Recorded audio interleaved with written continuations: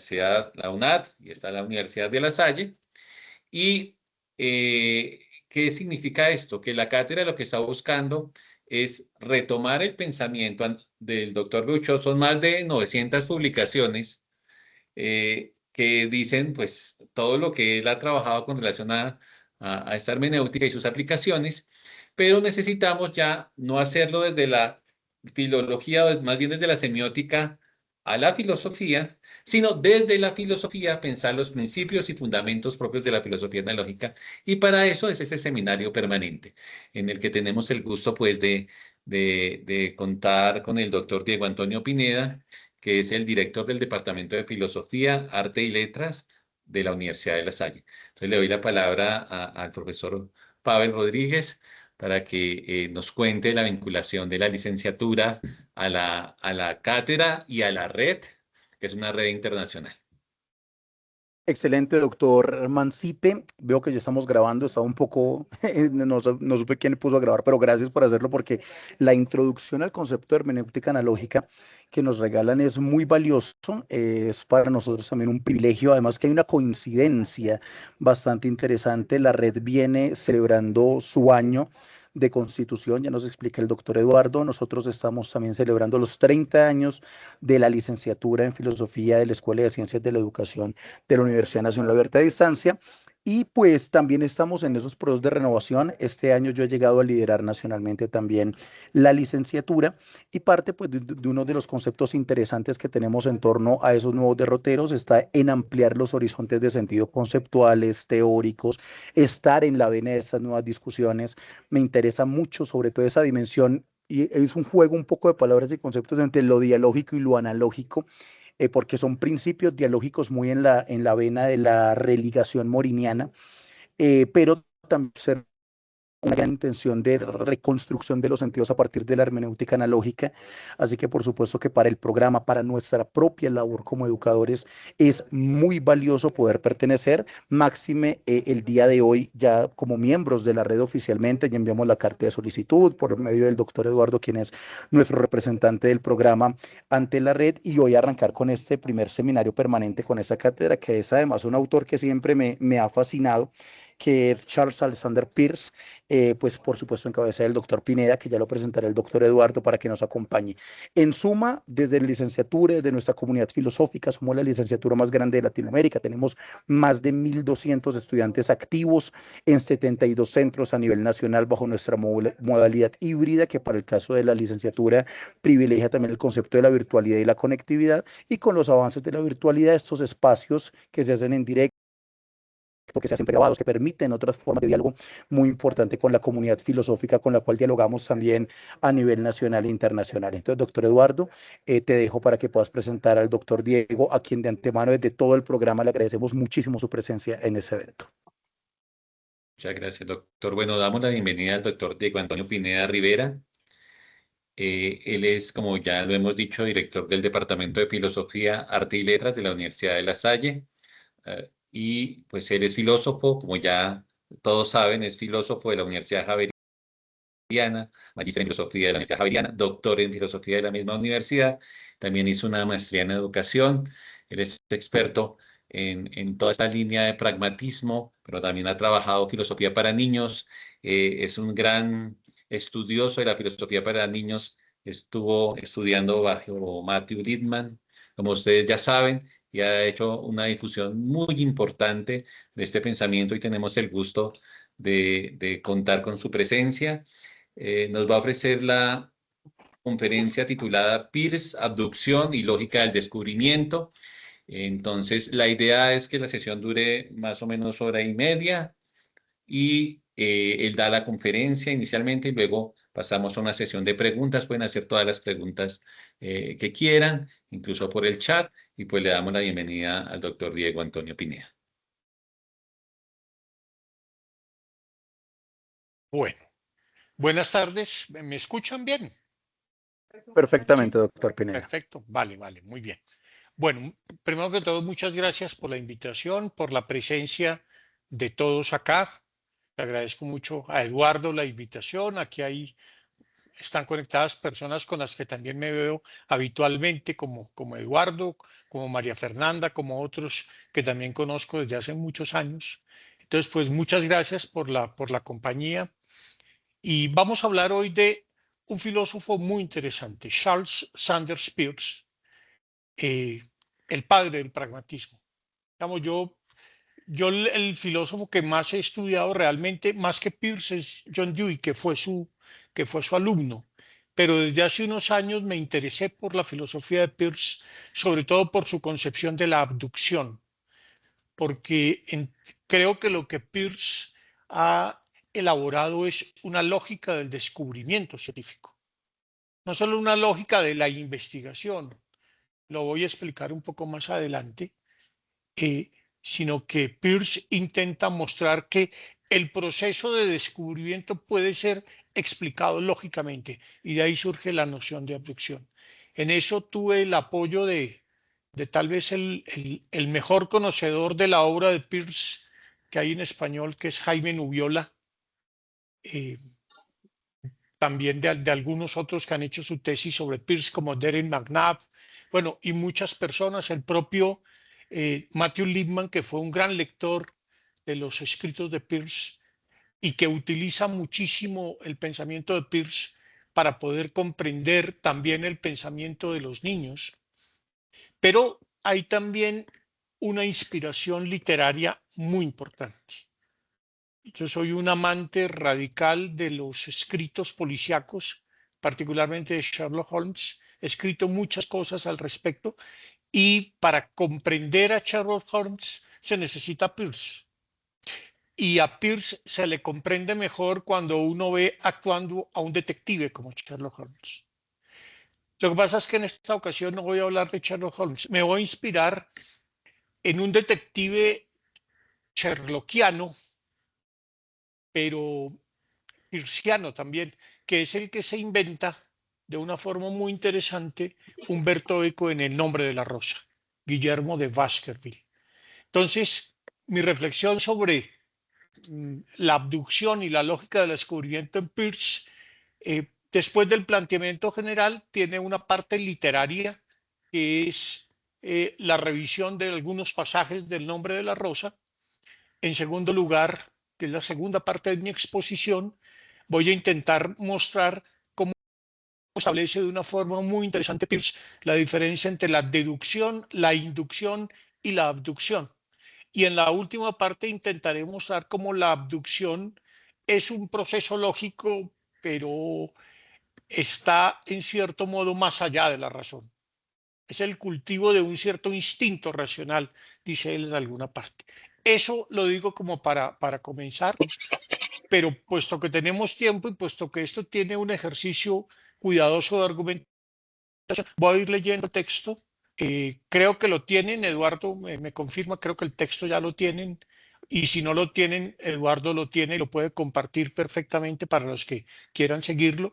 Pero como estamos entre, ahí sí como estamos entre grandes, voy a leerlo y vamos comentándolo. Peirce, abducción y lógica del descubrimiento. Empiezo citando dos pasajes, uno de Peirce y otro de Habermas, porque Jürgen Habermas, muerto recientemente, hizo uno de los mejores exámenes de la filosofía de Peirce en conocimiento e interés. Empiezo por Peirce.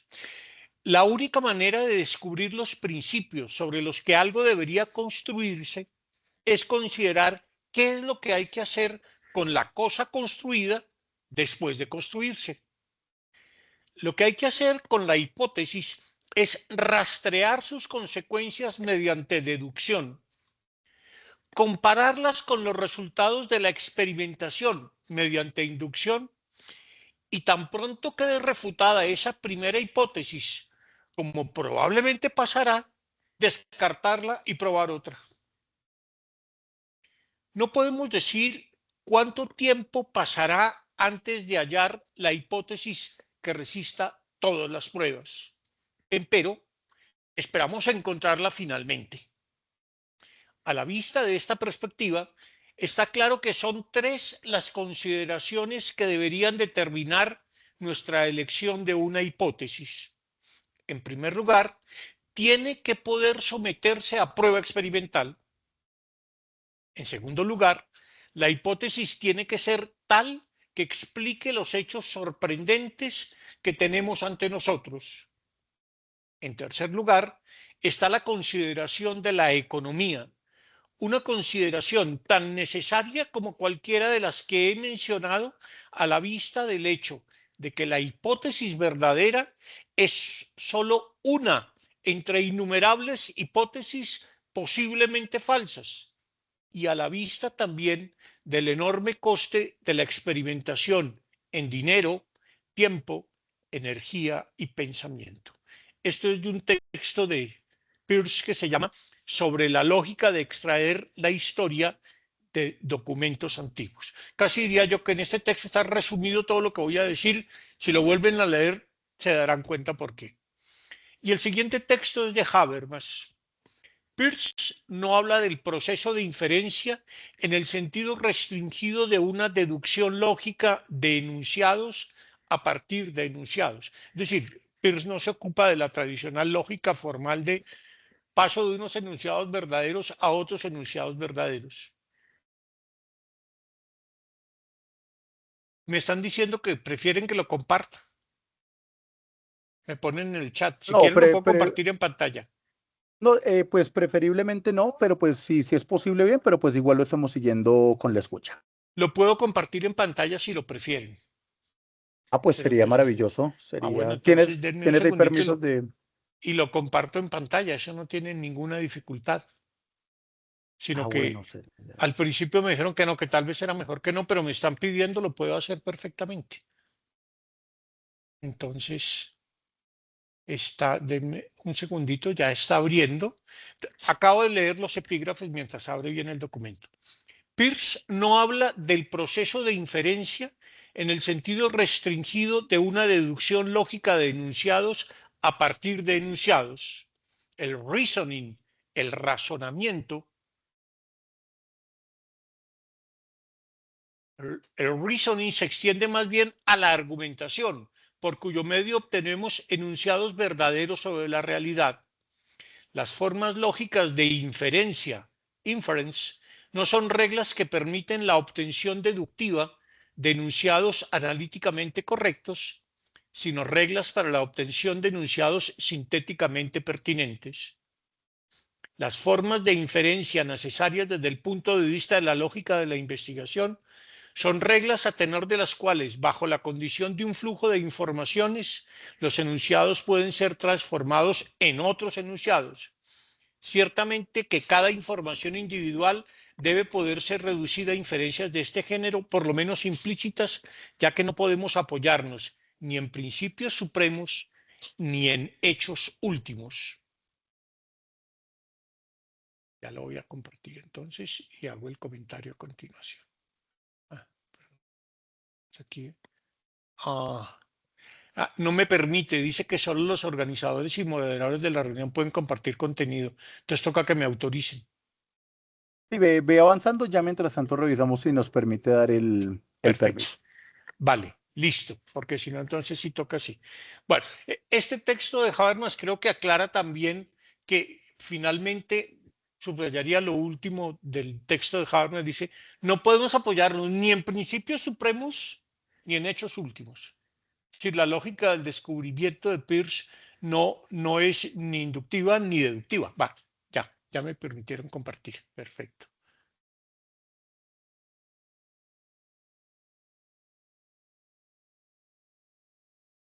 Listo. ¿Me confirman si ya están viendo? Excelente, ahí se ve perfectamente, gracias. Perfecto. Entonces, cambiamos de planes, no hay ningún problema. Entonces, sí, lo puedo compartir perfectamente en pantalla. Entonces, denme un segundito, ya. Entonces, ya ustedes ven ahí los 2 epígrafes que leí. Entonces, entro en materia. En el presente escrito, porque no aparezca ya en pantalla, no entiendo eso, pero bueno, supongamos que no tiene problema. En Aquí el no sales presente, bien. en el presente escrito me propongo examinar, a partir de la exploración de la noción peirciana de abducción, la idea de que es posible construir una lógica del descubrimiento que nos permita comprender cómo y por qué podemos elaborar comprensiones y explicaciones razonables en medio de situaciones que se caracterizan por ser inicialmente incomprensibles, enigmáticas, azarosas e irresolubles. Lo que con ello quiero sugerir es que es posible, si atendemos a las diversas operaciones en que se ve inmerso quien busca una explicación para un acontecimiento misterioso, entender cómo es que el pensamiento creador es capaz de encontrar una solución a una situación que se nos presentaba en comienzo como confusa y enigmática a través de un proceso que implica a la vez tanteo, adivinación, sorpresa y el seguimiento de un proceso lógico cuidadoso. Soy consciente de que el término mismo, lógica del descubrimiento, suscita de inmediato sospechas poderosas.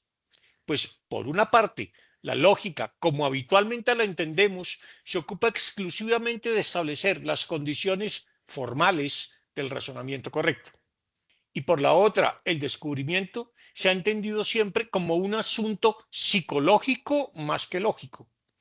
Sobre este punto, uno de los grandes filósofos de la ciencia del siglo XX, Karl Popper, era enfático. Cito a Popper: el trabajo del científico consiste en proponer teorías y en contrastarlas. La etapa inicial, el acto de concebir o inventar una teoría, no me parece que exija un análisis lógico ni sea susceptible de él.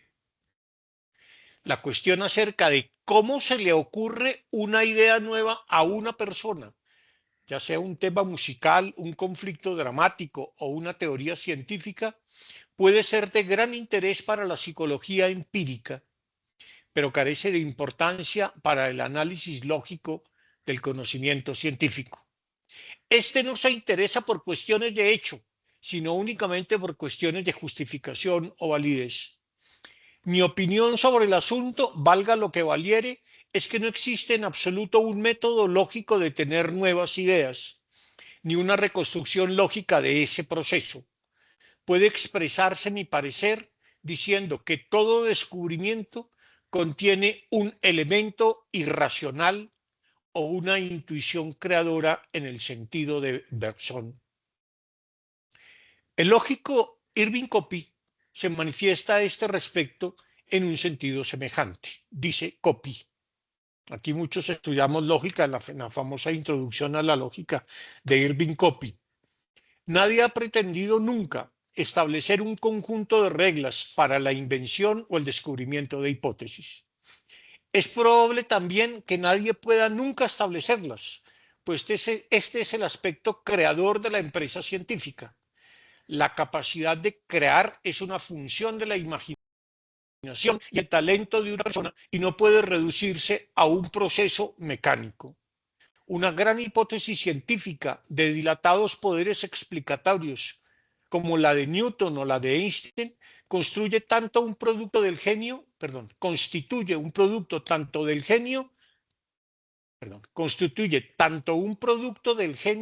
como una obra de arte. No hay ninguna fórmula para descubrir nuevas hipótesis. Como ustedes ven, la tesis básica siempre es: no hay lógica del descubrimiento, las cuestiones lógicas son asuntos de validez, el descubrimiento es una cuestión empírica, de hecho, meramente psicológica. Dejémosle eso a los psicólogos, eso no tiene nada que ver con la lógica. Contrario a esta visión de que el asunto de inventar una hipótesis es un asunto psicológico y por ello algo en cierto sentido meramente intuitivo e incluso irracional, Peirce y algunos de sus seguidores consideran que es posible distinguir entre las razones que existen para proponer una hipótesis y las razones que existen para aceptarla, y que unas y otras razones son susceptibles de un examen lógico mucho más cuidadoso. Es decir, no solo se puede mostrar mediante una buena argumentación por qué algo debe ser aceptado como tal, sino que es posible comprender cómo es que llegamos a proponer determinadas razones para una hipótesis, ¿cómo es que llegamos a inventar una hipótesis? Y aunque Peirce reconozca que en el descubrimiento de una nueva explicación hay mucho de intuición y sorpresa, no por ello deja de indagar una y otra vez por aquel tipo de razonamiento, la abducción, que es el único capaz de dar cuenta de cómo se formula una hipótesis explicativa de un cierto conjunto de fenómenos. El interés de Peirce, tal vez el filósofo con una formación y una práctica científica más desarrollada que haya existido en los últimos siglos, algunos dirán, es que Peirce no entendía la ciencia. Peirce, ante todo, fue un grandísimo científico con descubrimientos científicos originales, un hombre que trabajó en el laboratorio durante muchísimos años. Si hay un filósofo que ha tenido una práctica científica rigurosa, continua, metódica, fue precisamente Peirce. Entonces, el interés de Peirce, tal vez el filósofo con una formación y una práctica científica más desarrollada que haya existido en los últimos siglos, no es el de introducir en sus investigaciones lógicas elementos empíricos de carácter psicológico, sino el de ofrecer una comprensión de la lógica que está implícita en el propio desarrollo de la ciencia, y a partir de ello dar cuenta de procesos y modos de razonamiento lógico que han sido oscurecidos por el desarrollo de las ideas filosóficas, sin ser ajeno a la matematización de la lógica. Entre otras cosas, Peirce también era un gran matemático y era el hijo de Benjamin Peirce, el más importante matemático norteamericano del siglo XIX. O sea, él desde niño respiró matemáticas y lógica. Sin ser ajeno a la matematización de la lógica de la que es contemporáneo y a la que hizo aportes significativos, su preocupación fundamental es la de comprender las reglas lógicas que están implícitas en la producción del conocimiento científico. De otra parte, y como lo pone de manifiesto en su conferencia introductoria sobre el estudio de la lógica, pronunciada en la Johns Hopkins University en noviembre de 1882, la lógica queda incorrectamente definida cuando se le considera como el arte de pensar o incluso como la ciencia de las leyes normativas del pensamiento, y debe más bien ser comprendida como el arte de idear métodos de investigación. Si entendemos entonces la lógica en el sentido más amplio que le otorgaron los filósofos pragmatistas, Peirce y Dewey en particular, como el arte de idear métodos de investigación, cobra pleno sentido la pregunta por el modo como se forman, y no solo por la forma como se validan, las hipótesis por medio de las cuales intentamos transformar de una forma controlada y dirigida una situación confusa e indeterminada en otra en la cual la situación original está tan determinada en sus relaciones y distinciones que puede ahora ser concebida como un todo unificado. Los que conozcan la lógica de la investigación de Dewey verán que lo que estoy parafraseando ahí es su definición de la investigación como una transformación de una situación confusa e indeterminada en otra tan determinada en todas sus relaciones y distinciones que se puede concebir como un todo unificado. Esta lógica del descubrimiento supone la clarificación de aquella forma de razonamiento, la llamada abducción. Entonces, para entender cómo es que se puede descubrir y para comprender el proceso lógico del descubrimiento, hay que entender qué es la abducción, que según Peirce es la única forma de razonamiento que resulta realmente productiva en orden a descubrir nuevos conocimientos y que en lo esencial consiste en un cuidadoso ejercicio de lectura de signos hasta poder encontrar que una circunstancia particular o un hecho significativo o sorprendente pueda constituirse en el caso de una regla general aún no descubierta que ha de llevarnos hacia la solución de un misterio que parecía irresoluble. Esta lógica del descubrimiento o lógica abductiva, para utilizar el término de Peirce, puede ser examinada siguiendo dos registros diferentes, uno propiamente filosófico y otro de carácter literario. El primero de ellos se encuentra en los escritos lógicos de Charles Sanders Peirce y en su esfuerzo por mostrar las características propias del razonamiento abductivo. El segundo, en ciertos relatos policíacos, entre los que se destacan especialmente los de Conan Doyle, en los cuales un detective de ficción, Sherlock Holmes, va encontrando la solución a un misterio que se le plantea a través de un ejercicio de interpretación de signos de todo orden que lo llevan a construir infinidad de hipótesis y a contrastarlas hasta llegar a la única solución posible para el enigma que pretendía resolver. En el presente escrito examinaré esta lógica del descubrimiento partiendo de un pasaje de El nombre de la rosa de Umberto Eco, en donde, de un modo que considero ejemplar, se ofrece la mejor ilustración posible de aquello en que consiste la abducción, para contrastarlo a continuación con las indagaciones peirceanas en torno a la existencia de una cierta forma de inferencia que inicialmente llamará Peirce simplemente hipótesis y luego abducción o retroducción. Esa forma de inferencia por medio de la cual es posible comprender el modo como se producen nuevas ideas, tanto en la ciencia como en la vida cotidiana. Culminaré de nuevo de la mano de los escritos de Peirce, intentando mostrar cómo la abducción en cuanto proceso lógico puede ser caracterizado como la vinculación al proceso de razonamiento de la conjetura, la sorpresa y el llamado instinto racional. Olvidé traer agua. Si Eduardo, yo le puedo pedir el favor a ver si alguien me puede traer un poquito de agua para. Gracias. Primer punto. Este es el comentario en torno al nombre de la rosa que muestra muy bellamente en un pasaje muy particular en qué consiste la abducción. Y lo he titulado, parafraseando también el título de ese pasaje del nombre de la rosa, que es este: sobre cómo alcanzar una verdad probable a través de una serie de errores seguros. Quienes nos hemos deleitado una y otra vez con la lectura de la conocida novela de Umberto Eco, no dejamos de recordar aquel pasaje extraordinario de las vísperas del cuarto día, en que, porque el misterio empieza a aparecer cada vez más irresoluble, empieza a encontrar una pronta solución. El título mismo de ese pasaje constituye un enigma que exige ser resuelto. Gracias. Donde Alinardo parece dar informaciones precisas y Guillermo revela su método para llegar a una verdad probable a través de una serie de errores seguros.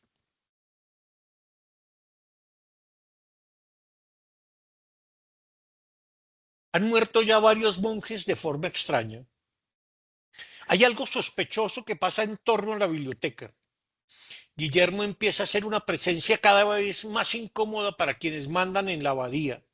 Y esa misma noche hace presencia en el monasterio el inquisidor Bernardo Gui, ahora Alinardo.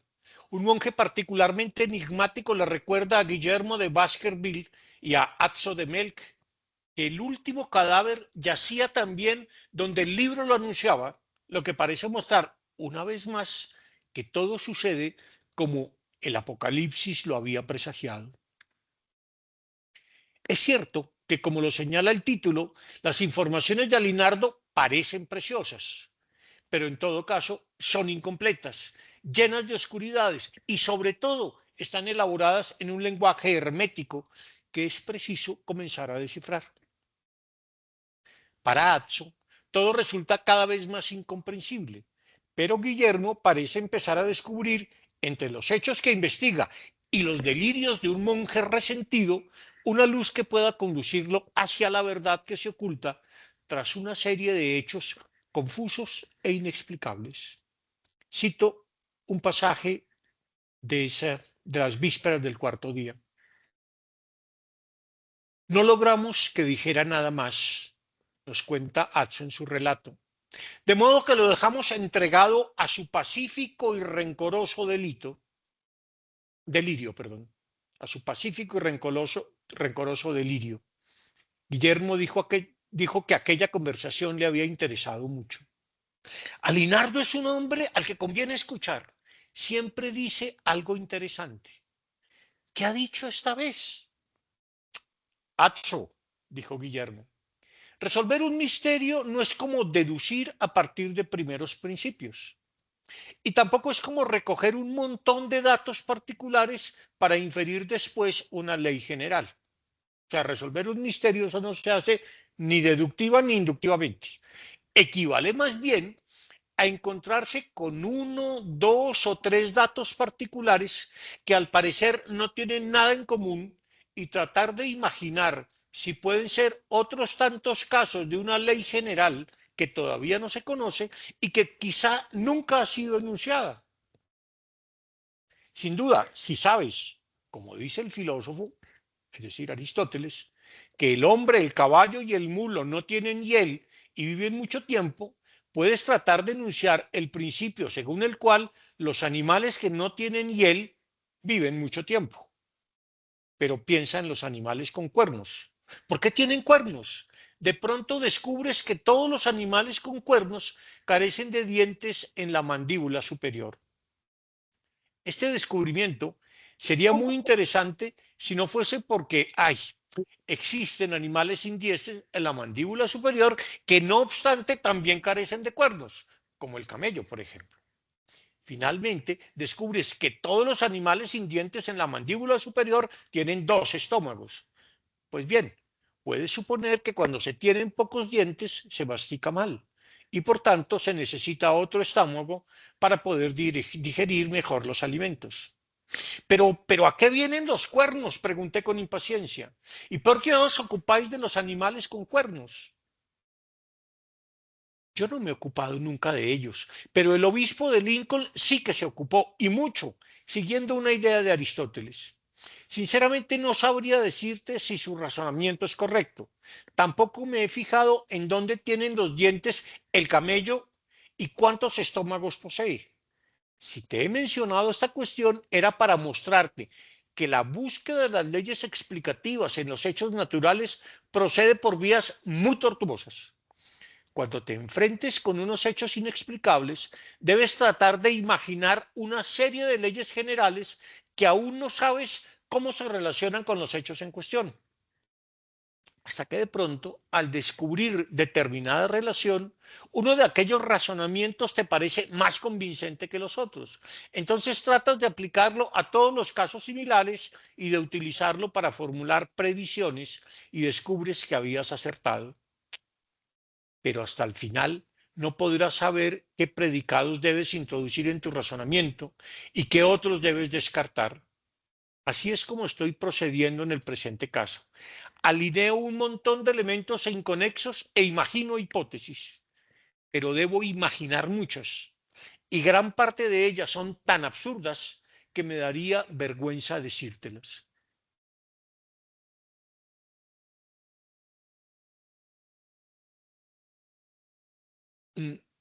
Y Guillermo le recuerda a continuación a Azzo cómo llegó a la conclusión que resultó cierta sobre lo que ocurría con Brunello, el caballo del abad, cuando iban de camino al monasterio. Esa escena famosa cuando van y entonces él, que no ha visto el caballo del abad, puede describirlo con toda precisión. En realidad, ese pasaje es casi una reproducción de un cuento de Voltaire, de Zadig, que reescribe en otro contexto Humberto Eco. El cuento original de Voltaire es muy bonito, Zadig.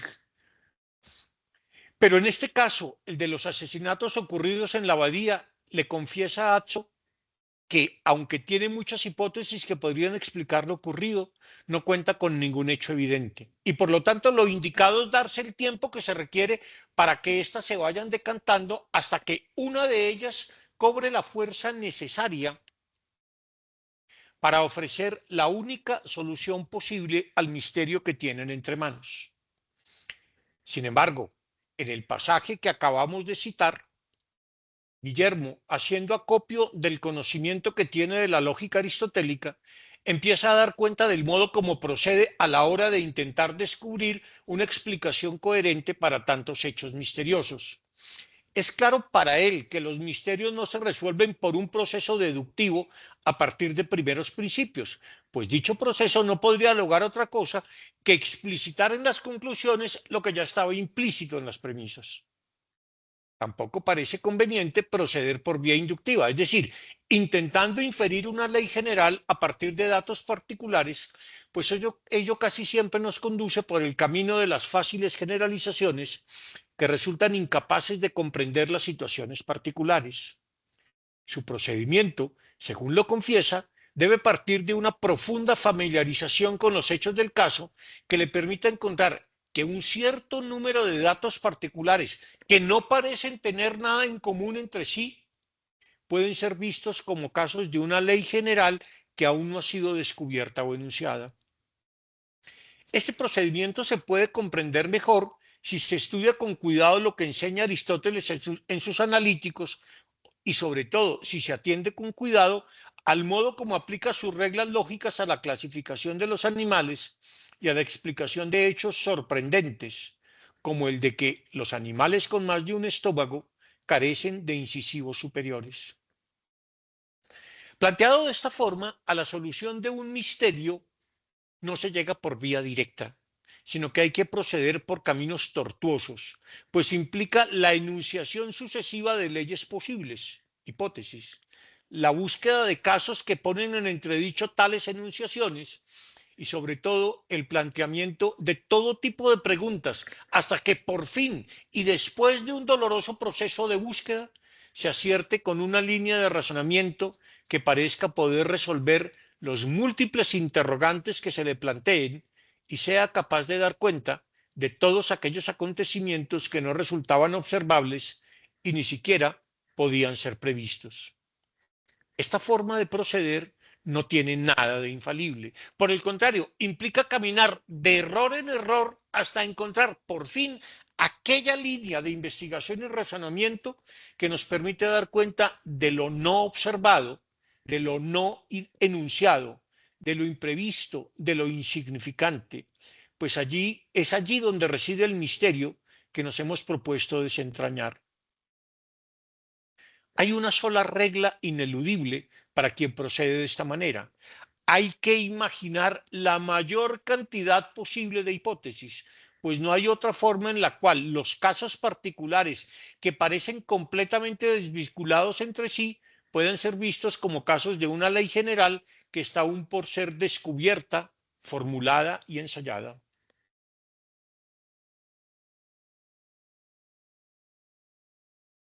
Atzo no entiende, desde luego, todos los pormenores del procedimiento de su maestro, pero acierta a comprender que aquí hay un modo de razonar que es por entero diferente a todo aquello que conoce y que su modo de investigar es por completo vulnerable, pues no solo no conduce claramente al descubrimiento de la verdad, sino que nos lleva por un camino por el cual a todo lo que podemos llegar es a una conclusión probable a través de una serie de errores seguros.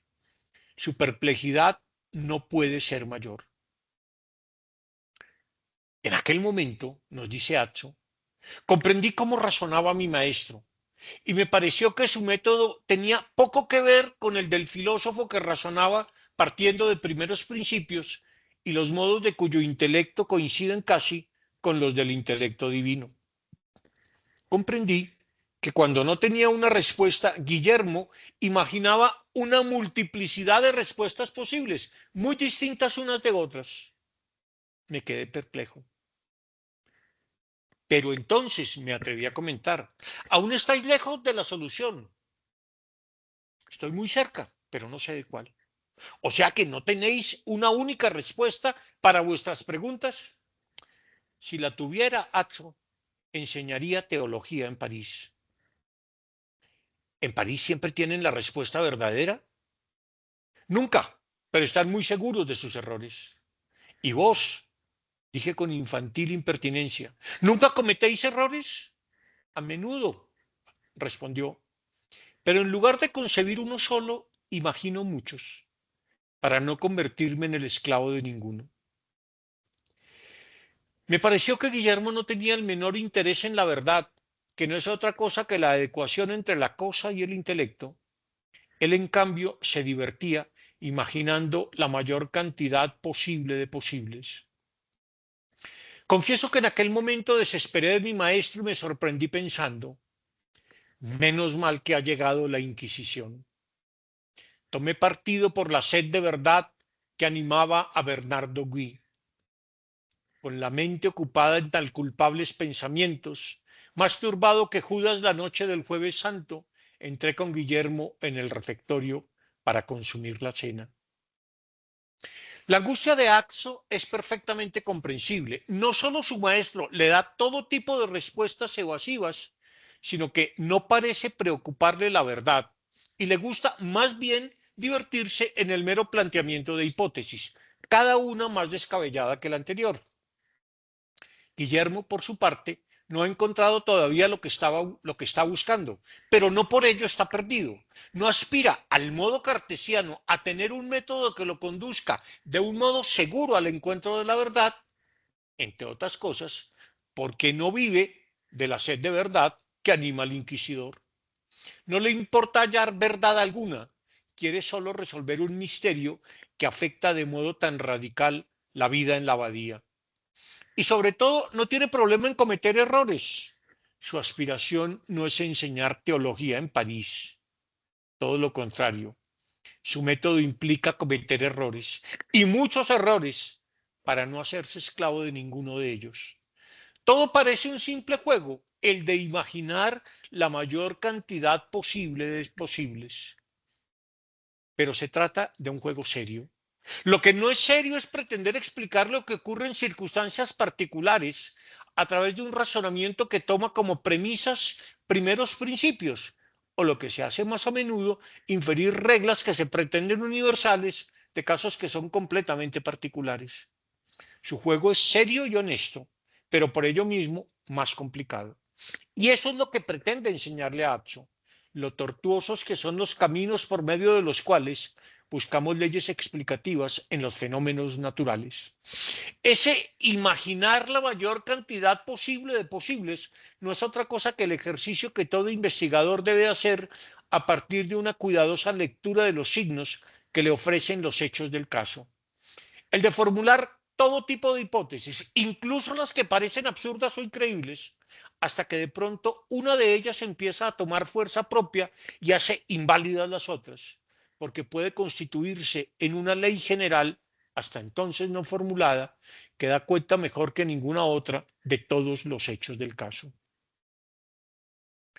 Es claro que lo que aquí nos está presentando Guillermo de Baskerville no es otra cosa que ese tipo de inferencia que Peirce llamó abducción y que ya había sido expresada con especial claridad en uno de los principios básicos de la lógica investigativa de Sherlock Holmes, la de que una vez eliminado todo lo imposible, lo que quede, por improbable que parezca, constituye la explicación que venimos buscando.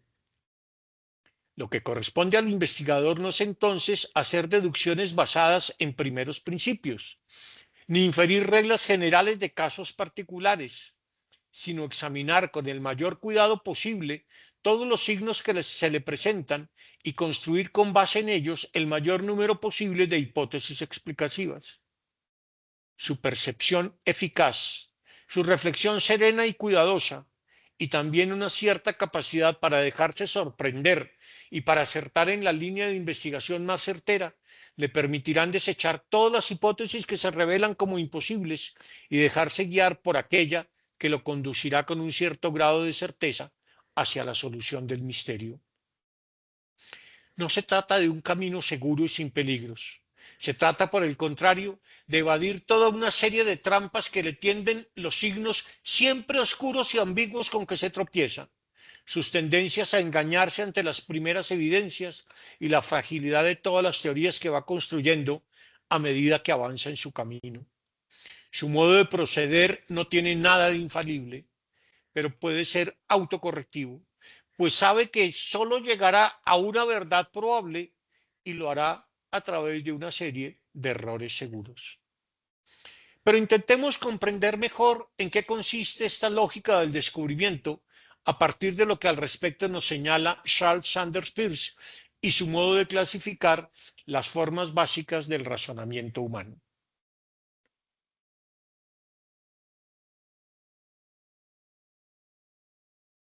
2.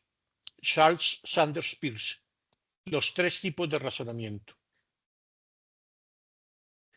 Quien conozca los escritos de Peirce, y Humberto Eco los conocía muy bien, podrá identificar de forma casi inmediata que lo que nos expone Guillermo de Baskerville en el pasaje que acabamos de examinar y comentar es la diferencia sustantiva que existe entre tres tipos de razonamiento fundamentales: deducción, inducción y abducción. De los dos primeros, y especialmente de la deducción, se ocupan casi todos los libros de lógica desde sus primeras páginas, pues solemos identificar la lógica con el estudio del razonamiento deductivo. Y si bien algunos textos se ocupan de la inducción y particularmente de los métodos de Mill y en alguna medida del razonamiento analógico como una cierta forma de razonamiento inductivo, solo lo hacen como la muestra de una forma de razonamiento imperfecto que nunca puede alcanzar la validez propia del razonamiento deductivo. No puedo entrar acá en la diferencia que existe entre las inferencias inductivas y deductivas, que están bien explicados en los manuales clásicos de la materia. Pretendo más bien mostrar desde la perspectiva de Peirce que el tipo de razonamiento que es esencial en tanto se busca descubrir algo, se trate de resolver un misterio policial, de construir una solución para un problema de la vida cotidiana o de construir una explicación científica, es lo que él llama abducción, aunque en otras ocasiones hable más bien de retroducción, que es el otro término que utiliza después, o incluso simplemente de hipótesis. Antes del término abducción, Peirce utilizó muchas veces el término hipótesis. No quiere ello decir desde luego que la abducción se baste a sí misma y que ella sola constituya el descubrimiento, pues lo que se elabore mediante un procedimiento abductivo debe ser desarrollado a través de diversos tipos de estrategias, tanto deductivas como inductivas. Lo que sí subraya el filósofo norteamericano es que la producción de nuevos conocimientos es algo que depende enteramente de la abducción. Dice al respecto, cito a Peirce: la abducción es el proceso de formar una hipótesis explicativa. Fíjense que dice de formar. Se quiere de producir, de inventar, de generar. La abducción es el proceso de formar una hipótesis explicativa. Es la única operación lógica que introduce alguna idea nueva, pues la inducción no hace más que determinar un valor y la deducción meramente desenvuelve las consecuencias necesarias de una hipótesis pura. La deducción demuestra que algo debe ser. La inducción muestra que algo es realmente operativo y la abducción meramente sugiere que algo puede ser.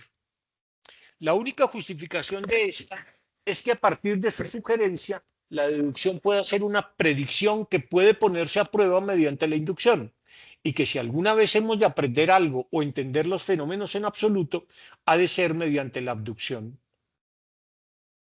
Por lo que he podido descubrir, no se puede dar ninguna razón para ella, y no se necesita ninguna razón, dado que meramente ofrece sugerencias. Un hombre ha de estar totalmente loco para negar que la ciencia ha hecho muchos descubrimientos verdaderos, pero todos y cada uno de los puntos de la teoría científica que hoy están establecidos han sido debidos a la abducción. Peirce no duda en reconocer en que si bien en la abducción está la clave de todo descubrimiento, la identificación de esta forma de inferencia no constituye una originalidad suya, pues esta ya fue señalada por Aristóteles en los primeros analíticos, aunque por la torpeza de un editor que sustituyó la palabra original por otra semejante, su comprensión quedó ocultada por muchos siglos. Y aunque desde muy joven comprendió que una labor esencial del lógico es la de la clasificación de argumentos, fue en un artículo de 1878 cuando por primera vez elaboró una clara distinción entre estos tres modos diversos de razonamiento, aunque no utilizará allí todavía el término abducción, sino que hablará no más que de hipótesis. En dicho texto, basado en el famoso ejemplo de las judías, beans, que aquí sustituiremos por frijoles, nos muestra las diferencias fundamentales que existen entre las estructuras lógicas de estas tres formas de razonamiento. Entonces, veamos cómo explica Peirce la diferencia entre eso mediante el famoso ejemplo de las bolsitas de frijoles. Supongamos por un momento que estamos en medio de una habitación en donde hay diversas bolsas con frijoles. Este es un experimento mental. Imagínense la habitación llena de bolsitas de frijoles. Nos acercamos entonces a una bolsa que contiene únicamente frijoles rojos y tomamos una porción de ellos. Es evidente que tales frijoles deben ser rojos, pues si todos los frijoles de esta bolsa son rojos, esta porción de frijoles que fue tomada en su totalidad de dicha bolsa tiene que ser rojos. Es claro que el razonamiento que hemos hecho en este caso es deductivo, pues partimos de una regla general, todos los frijoles de esta bolsa son rojos, y de un caso, la porción de frijoles que he tomado es toda de esta bolsa, y de allí inferimos un resultado, estos frijoles son rojos. Dicho razonamiento puede ser expuesto de esta forma. Y así nos lo presenta Peirce. Regla, todos los frijoles de esta bolsa son rojos. Caso, estos frijoles son de esta bolsa. Resultado, estos frijoles son rojos. Es claro entonces que una deducción es la inferencia de un resultado a partir de una regla y un caso. Algo distinto ocurre con el razonamiento inductivo, que constituye la inferencia de una regla a partir de un caso y un resultado. Veámoslo de nuevo en el ejemplo de los frijoles. Supongamos ahora que sin que sepamos de qué color son los frijoles que hay en una de las bolsas, tomamos un puñado de ellos y todos resultan ser rojos. Inmediatamente tendemos a suponer que todos los frijoles de dicha bolsa han de ser rojos. Sabemos que eso no tiene que ser necesariamente así, pero tendemos a suponerlo. Hemos partido de un caso, estos frijoles son de esta bolsa, y hemos obtenido un resultado, estos frijoles son rojos, y a partir de ello inferimos una regla, todos los frijoles de esta bolsa son rojos. La estructura de este razonamiento puede ser presentada de esta forma. Caso, estos frijoles son de esta bolsa, resultado, estos frijoles son rojos, regla, todos los frijoles de esta bolsa son rojos. Lo que se infiere del caso y del resultado es la regla. La diferencia entre el razonamiento deductivo y el inductivo es hasta aquí clara.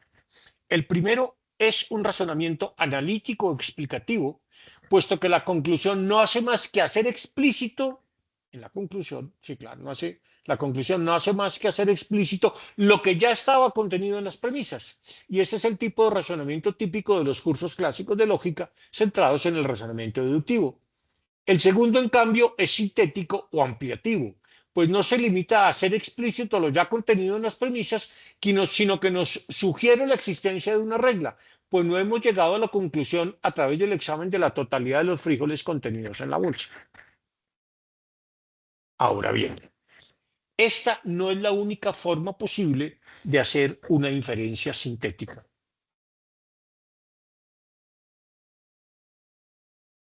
Podemos inferir un caso si contamos con una regla y un resultado. Supongamos ahora, nos sugiere Peirce, que estamos en una habitación donde hay varias bolsas que contienen diversos tipos de frijoles y que sobre una mesa se encuentra un puñado de frijoles rojos. Tras examinar las diversas bolsas de frijoles que hay allí, encuentro que una de esas bolsas contiene solamente frijoles rojos. Puedo entonces inferir de ello que el puñado de frijoles rojos que estaban sobre la mesa proviene precisamente de aquella bolsa que solo contiene frijoles rojos. No se trata de una conclusión segura, pero existe un alto grado de probabilidad de que los frijoles rojos provengan precisamente de dicha bolsa y no, por supuesto, de las que contienen frijoles blancos o negros. Ello sería imposible. O de otras bolsas que contengan frijoles de diversos colores. Aquí se parte de una regla. Todos los frijoles de esta bolsa son rojos. Y el resultado, estos frijoles son rojos. Y de ello se concluye un caso. Estos frijoles son de esta bolsa. De inmediato, dice Peirce, infiero como una probabilidad o como una conjetura razonable que este puñado fue sacado de esta bolsa. Esta clase de inferencia se llama hacer una hipótesis. La estructura de este razonamiento puede formularse de esta manera. Regla, todos los frijoles de esta bolsa son rojos. Resultado, estos frijoles son rojos. Caso, estos frijoles son de esta bolsa. Peirce deja de lado las inferencias deductivas por ser analíticas y centra su atención en las inferencias de carácter sintético, la inducción y la hipótesis, pues solo ellas tendrían la posibilidad de sugerirnos algo distinto a lo que ya está implícito en las premisas de que partimos. Sin embargo, ello ocurre de dos modos distintos. En la inducción, por medio de una generalización. En la hipótesis, a través de suponer un caso que podría convertirse en una regla general. Dice Peirce. La inducción se da donde generalizamos a partir de un número de casos de los que algo es verdadero e inferimos que la misma cosa es verdadera de una clase entera, o donde encontramos que cierta cosa es verdadera de una cierta de una cierta proporción de casos e inferimos que es verdadera de la misma proporción de la clase entera. La hipótesis se da donde encontramos alguna circunstancia muy curiosa. Esto es lo que a veces Peirce y el propio Sherlock Holmes llaman el hecho sorprendente. Hay una cosa muy rara acá. Eso es lo que hay que investigar. Por ahí hay que empezar. La hipótesis se da donde encontramos alguna circunstancia muy curiosa que se explicaría al suponer que era un caso de una cierta regla general y en consecuencia adoptamos esa suposición, o donde encontramos que dos objetos se parecen mucho entre sí en ciertos aspectos e inferimos que se parecen mucho entre sí en otros aspectos. Ese es un razonamiento analógico. Hay pues casos en que la hipótesis se construye por analogía, pues al descubrir algunas semejanzas entre dos objetos inferimos otras posibles semejanzas. Pero no son estas inferencias las que nos interesan por ahora. Nos interesan más bien aquellas que se forman cuando, atendiendo a una circunstancia curiosa, a un detalle aparentemente insignificante, a un hecho disruptor e intempestivo, podemos interpretarlo como un caso de una regla general aún no descubierta, pues es en ello en lo que consiste propiamente la abducción. Peirce nos ofrece tres ejemplos de este tipo de hipótesis.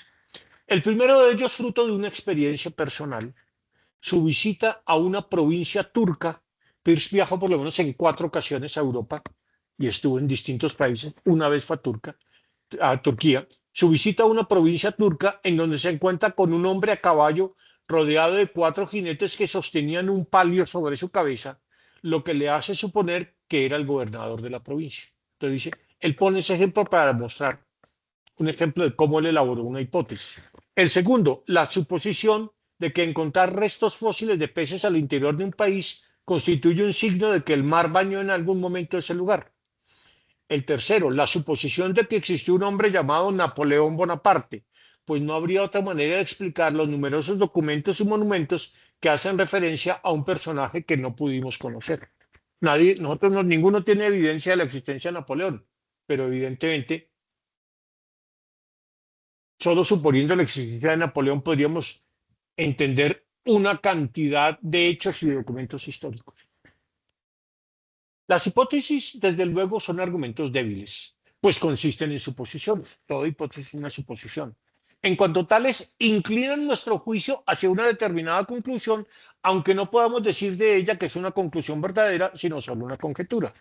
Sin tales suposiciones, sin embargo, sería imposible que descubriésemos algo nuevo, aunque por supuesto esas suposiciones deben dar lugar a deducciones que extraigan sus consecuencias y a inducciones que confirmen lo descubierto en casos particulares.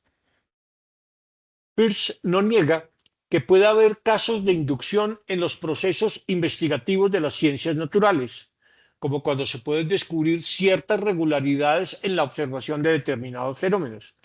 Pero en ese caso se trata solamente de una fórmula empírica construida inductivamente y sin una hipótesis que le sirva de explicación. Una hipótesis no se construye ni por el recurso a fáciles analogías que nos llevan a creer que, puesto que dos cosas se parecen en muchos aspectos, han de parecerse en otros, ni por la apelación al principio de la uniformidad de la naturaleza, aunque una buena analogía o el descubrimiento de un patrón de uniformidad puedan ayudar de algún modo en la formación de las hipótesis o en su fortalecimiento. Lo que una hipótesis pretende explicar es precisamente lo que no depende de regularidad alguna, es decir, todos aquellos casos en que nos resulta imposible inferir una regla. Para explicar la diferencia sustantiva que existe entre inducción e hipótesis, Peirce recurre a un ejemplo familiar en los casos de investigación criminal. el del pedazo de un papel roto en que se encuentra un fragmento de un escrito anónimo. Si en la escena del crimen se encuentra el fragmento de un escrito y luego al registrar el escritorio de uno de los sospechosos se encuentra un nuevo fragmento cuyo borde desgarrado corresponde exactamente en todas sus irregularidades con el hallado en la escena del crimen, la hipótesis de que el sospechoso estuvo en la escena del crimen adquiere forma y se hace fuerte. Esto, sin embargo, no constituye propiamente una inducción, pues no se basa en ninguna regularidad o analogía. Se basa más bien en la suposición de que una correspondencia tan completa entre dos bordes de papel solo puede explicarse porque originalmente eran parte de un solo escrito de un mismo autor. Aquí no se infiere una regla de un caso y un resultado, sino que se infiere un caso de una regla y un resultado. Y este caso inferido se constituye en una ley general no prevista que arrojará una nueva luz sobre la situación investigada, pues habrá de dar lugar a nuevas observaciones y deducciones. En efecto, no hay aquí regularidades ni analogías, sino solo la inferencia de un caso a partir de una regla. Es imposible que dos trozos de papel de origen completamente distinto coincidan plenamente en todas sus irregularidades. Y de un resultado, los dos trozos de papel casan perfectamente y contienen un mensaje completo. Sobre este punto, Peirce es explícito.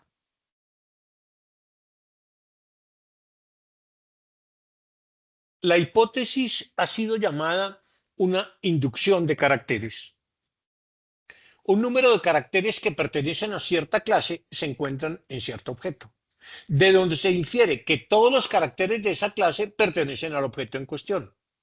Ciertamente, esto implica el mismo principio que la inducción, si bien en una forma modificada. En primer lugar, los caracteres no son susceptibles de una simple enumeración, como los objetos. En segundo lugar, los caracteres van en categorías. Cuando hacemos una hipótesis como aquella sobre el pedazo de papel, únicamente examinamos una sola línea de caracteres, o quizá dos o tres, y no tomamos ningún espécimen absoluto de otras. Si la hipótesis no fuera más que una inducción, lo único que estaríamos justificados para concluir en el ejemplo citado sería que los dos pedazos de papel que encajaban en las irregularidades examinadas se emparejarían en otras irregularidades, digamos más ligeras. La inferencia que va desde los contornos del papel hasta su propietario es precisamente lo que distingue a la hipótesis de la inducción y lo que la hace un paso más audaz y arriesgado. Rescatemos por lo pronto una sugerencia interesante en este texto de Peirce, la de que la hipótesis es una inducción de caracteres. ¿Cómo entender esto? Ciertamente aquí el término inducción no parece estar usado en el sentido clásico de inferir una regla general de casos particulares, sino en el sentido más amplio de extraer algo a partir de ciertos signos que más que un conjunto de datos enumerables consisten en indicios que deben ser adecuadamente categorizados e interpretados. Una hipótesis puede ser entendida como inducción de caracteres en cuanto su formulación obedece, más que a la aplicación o el descubrimiento de una regla, al esfuerzo del investigador por leer e interpretar una determinada línea de caracteres en busca de desentrañar un sentido oculto que hay tras ellos. La construcción de hipótesis es ante todo un ejercicio de lectura de signos. Ahí cito yo un ejemplo muy interesante que luego puedo explicar un poquito más de cómo, por ejemplo, Sherlock Holmes resuelve un caso porque dice que el caso está escrito en la nieve. Y efectivamente, él leyendo la nieve puede describir los movimientos de todas las personas que estuvieron comprometidas y contar exactamente qué pasó la noche anterior y quién fue el asesino y por qué y cuál fue, leyéndolo en la nieve. Esta idea de que las hipótesis se forman a través de un proceso interpretativo podría sugerir que en cierto modo resultan arbitrarias o caprichosas, pues dependen por entero de los intereses o la subjetividad del investigador. Nada más lejos de la lógica del descubrimiento peirceano, que subraya una y otra vez que de las múltiples hipótesis que podamos formarnos de una situación que investigamos, solo una de ellas resultará verdadera. Ante esta posibilidad de concebir la interpretación de signos como un ejercicio subjetivo o arbitrario, Peirce nos hace dos advertencias puntuales. En primer lugar, que la investigación en su sentido fundamental de búsqueda de la verdad no es un asunto dialéctico, es decir, un juego de oposiciones entre puntos de vista encontrados. Esto es, que discutir no es en modo alguno investigar. En eso es muy interesante lo que dice Peirce. Muchos en filosofía nos creemos que discutir es investigar. Dicen no, son dos cosas distintas. Y en segundo término, que el ejercicio de establecimiento de una hipótesis debe seguir unas reglas precisas. De lo que se trata al formarse una hipótesis no es de tener razón o de ganar una discusión. De lo que se trata es de algo más fundamental, de encontrar una proposición que tenga el alto poder explicativo que no tiene la inducción, de descubrir algo que no sea una mera fórmula empírica, como la que pueda proporcionarnos la inducción, sino en sentido estricto una ley de la naturaleza.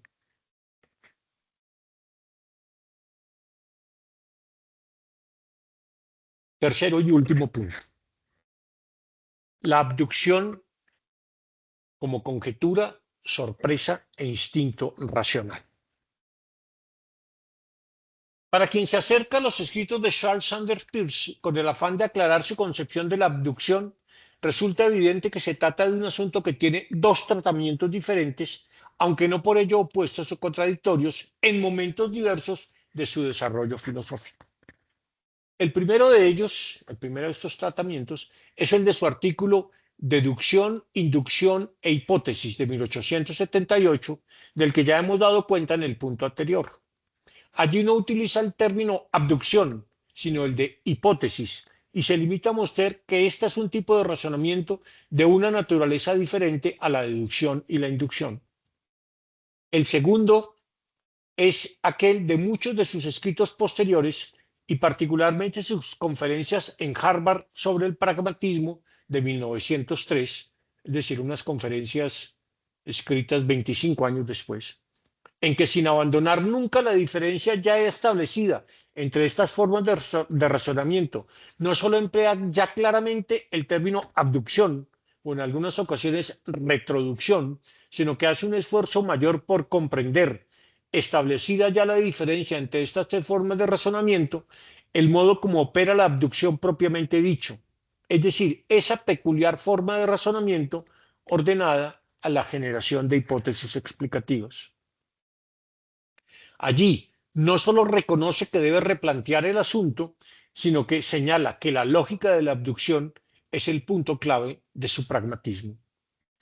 Si en el artículo de 1878 nos presentaba el razonamiento abductivo, la hipótesis, a través de una cierta inversión de un silogismo, recuérdese su famoso ejemplo de las judías, en el cual la hipótesis es la inferencia de un caso a partir de una regla y un resultado, la caracterización que hará posteriormente la abducción es bastante diferente. Dice Peirce: mucho antes de que yo clasificara por primera vez la abducción como una inferencia, los lógicos reconocían que la operación de adoptar una hipótesis explicativa, que es justamente lo que es la abducción, estaba sujeta a ciertas condiciones. A saber, la hipótesis no puede admitirse ni siquiera como hipótesis a menos que se suponga que explicaría los hechos o algunos de ellos. La forma de inferencia, por tanto, es esta. Se observa el hecho sorprendente C, pero si A fuera verdadero, C no sería algo excepcional. Por lo tanto, hay razón para sospechar que A es verdadero.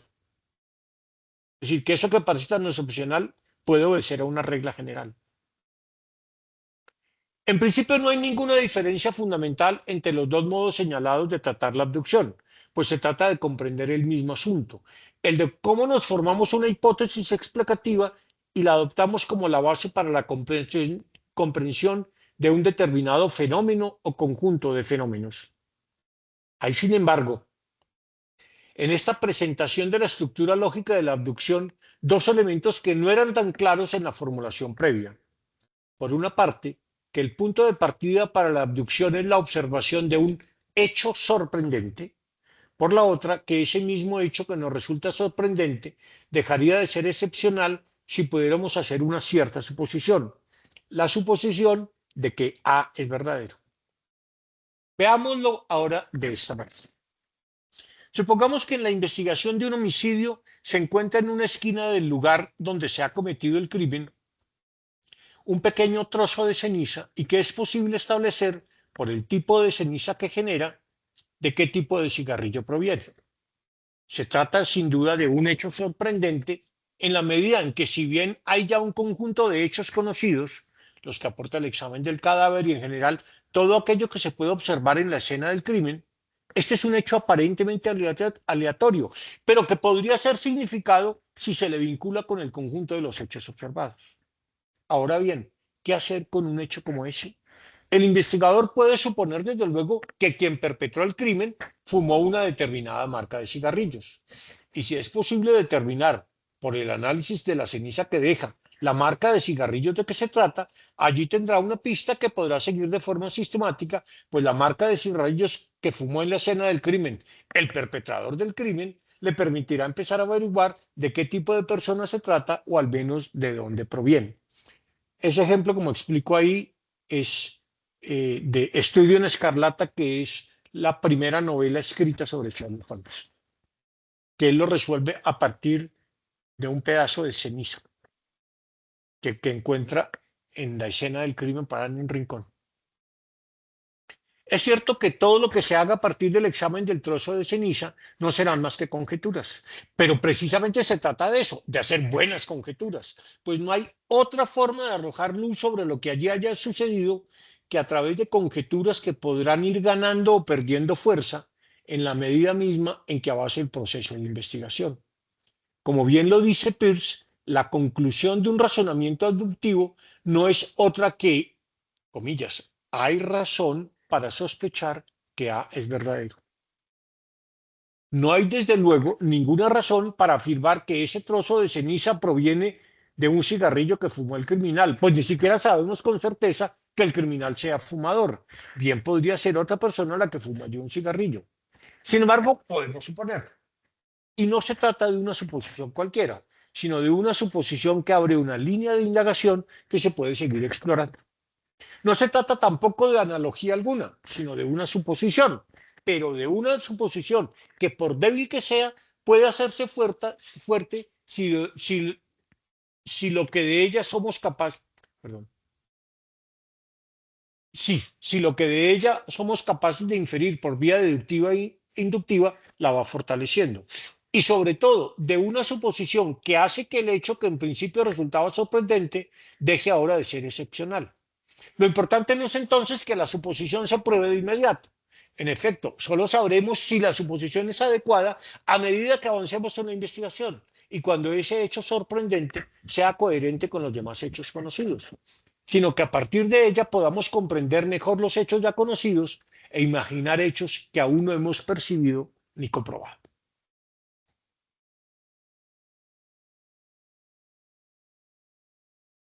Hay con todo otro asunto en el que difieren los dos tratamientos de la abducción por parte de Peirce.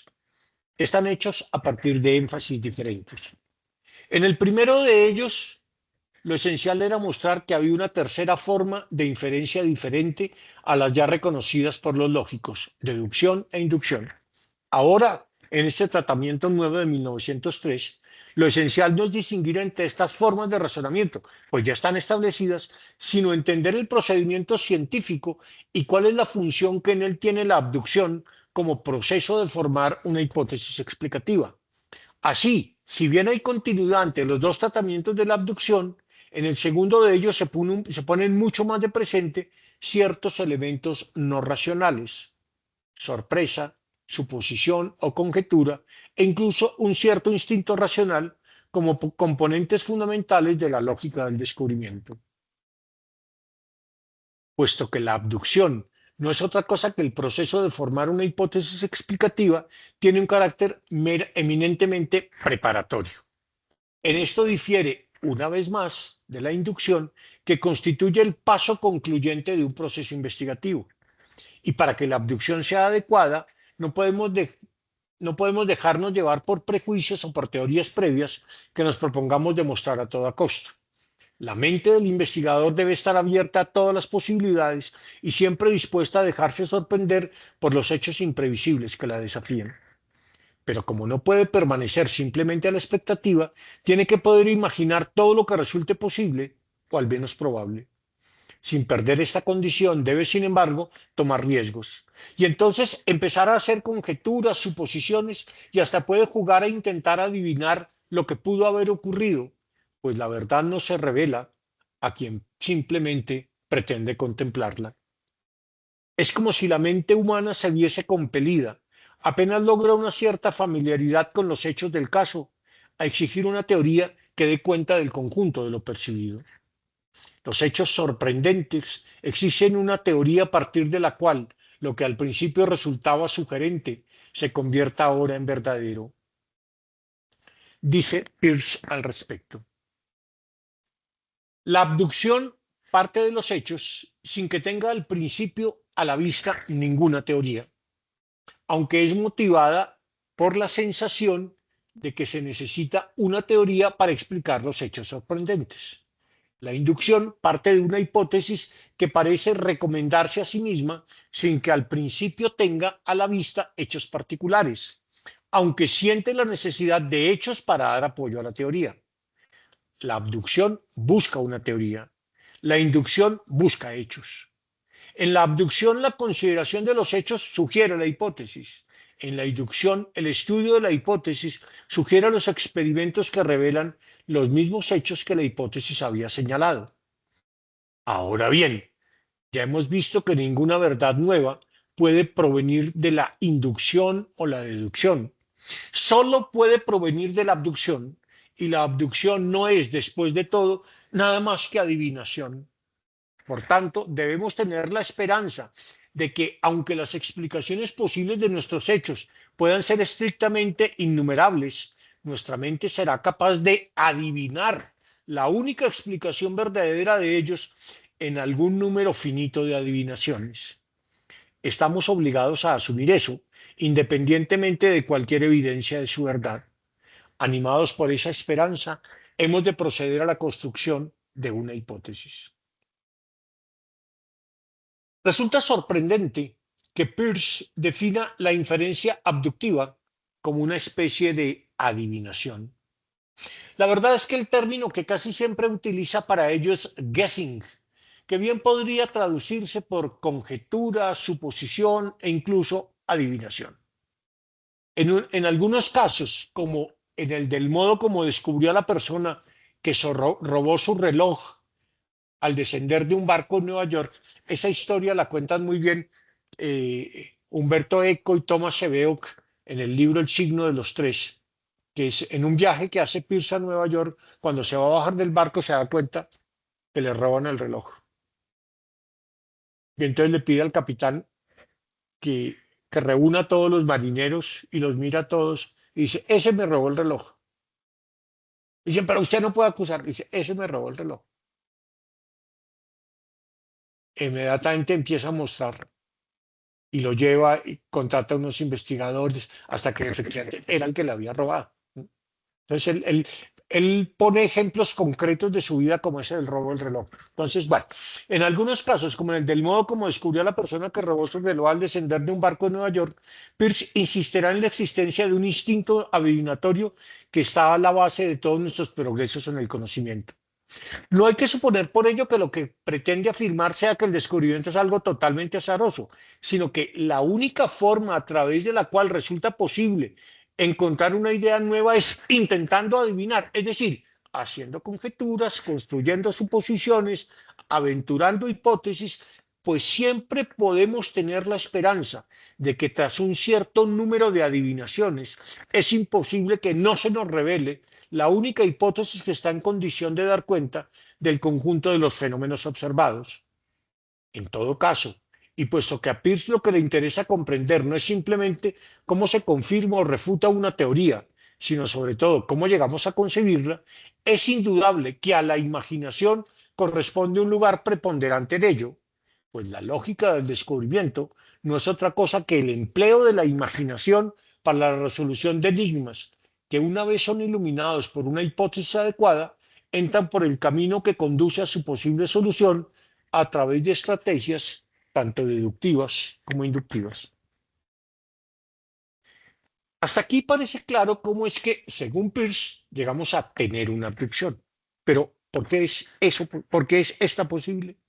La respuesta peirciana es precisa e inequívoca, porque nos dejamos sorprender. Sí es cierto que la abducción se da cuando observamos un hecho sorprendente, que si una cierta suposición fuera verdadera, y hay razones para sospechar que lo sea, tal hecho dejaría de ser algo excepcional. Es cierto también que un hecho no es sorprendente por sí mismo, sino porque causa sorpresa a quien lo observa.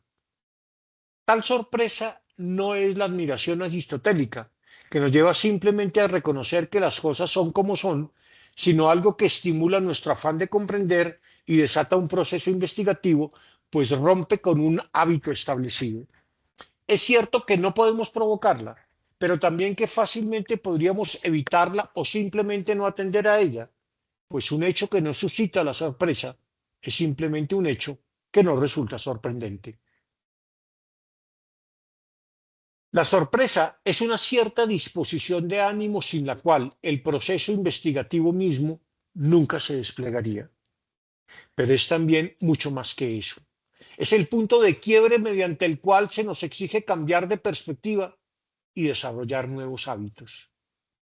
En este sentido, la abducción es precisamente aquel acto mediante el cual nos vemos llevados a reorganizar nuestro punto de vista ante la presencia de un hecho que ha suscitado la sorpresa.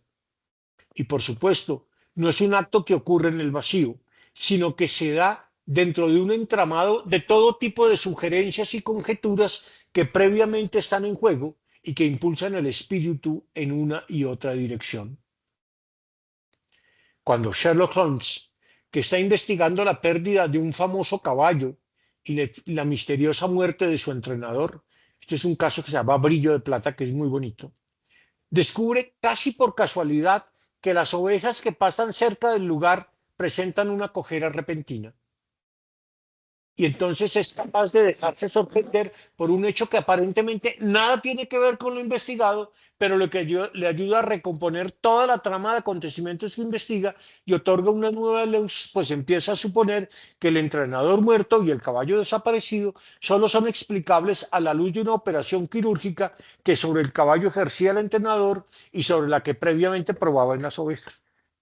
Dicha suposición, ligada a otro conjunto de hechos bien conocidos, el cuchillo utilizado, los objetos encontrados en los bolsillos del entrenador muerto, la posición de la capa de este último cuando procede a su cirugía, etc., le permiten descubrir lo que nadie había previamente imaginado, que fue el propio caballo el que mató a su entrenador en un acto de defensa propia.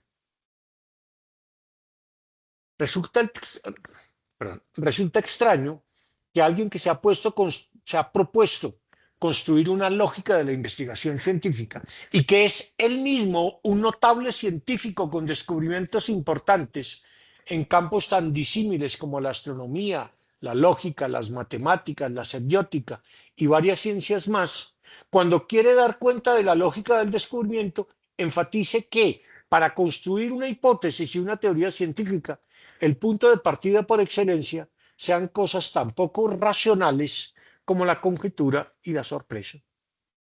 No hay que olvidar, sin embargo, que lo que subraya el pragmatismo por encima de cualquier otra cosa es la falibilidad fundamental de todo conocimiento y de toda empresa humana.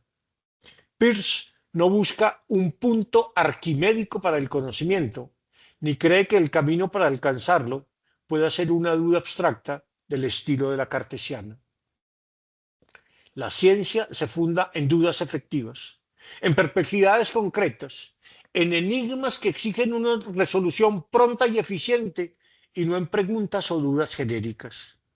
El investigador tiene que librarse de la ilusión de que hay un camino seguro para encontrar la verdad en las ciencias y adquirir una conciencia aguda y plena de la falibilidad inherente a todo conocimiento y de que solo se alcanzan determinados grados de certeza en la medida en que vamos avanzando de conjetura en conjetura y de que solo se alcanza la objetividad a través de la sorpresa. Pero ¿de dónde provienen tal certeza y tal grado de confianza? del criterio pragmático a la luz del cual la verdad de una proposición solo puede ser establecida a través de sus consecuencias posibles. No hay por qué dudar antes de tiempo, ni se debe pretender que hay unos primeros principios o unas reglas metodológicas que nos habrán de guiar por siempre en nuestra búsqueda. Hay que tener más bien la confianza en que nuestras búsquedas incesantes nos conducirán de una forma bastante natural a encontrar las mejores soluciones posibles a los problemas que enfrentamos. Si lo fundamental son las consecuencias, no hay por qué tomar previsiones innecesarias. No importan cuántas y cuáles sean las hipótesis que podamos formular. Lo único importante es que las podamos mirar en perspectiva para que al tiempo que nos permitan sugerir lo imprevisto, se vean sometidas al control propio que sobre ellas habrán de ejercer nuestras herramientas investigativas, tanto inductivas como deductivas.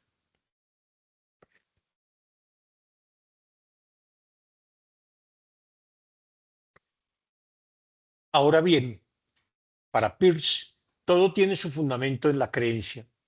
Debe existir entonces alguna razón para creer que nuestras conjeturas, muchas de ellas necesariamente erróneas, pueden llevarnos a pesar de todo a descubrir alguna verdad.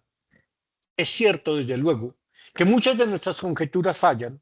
Ello, sin embargo, no debe sorprendernos, pues son tan numerosas las hipótesis que podríamos formarnos que la posibilidad de que ellas no funcionen es necesariamente muy alta. Como Guillermo de Baskerville, lo importante es cometer muchos errores para no convertirnos en el esclavo de ninguno.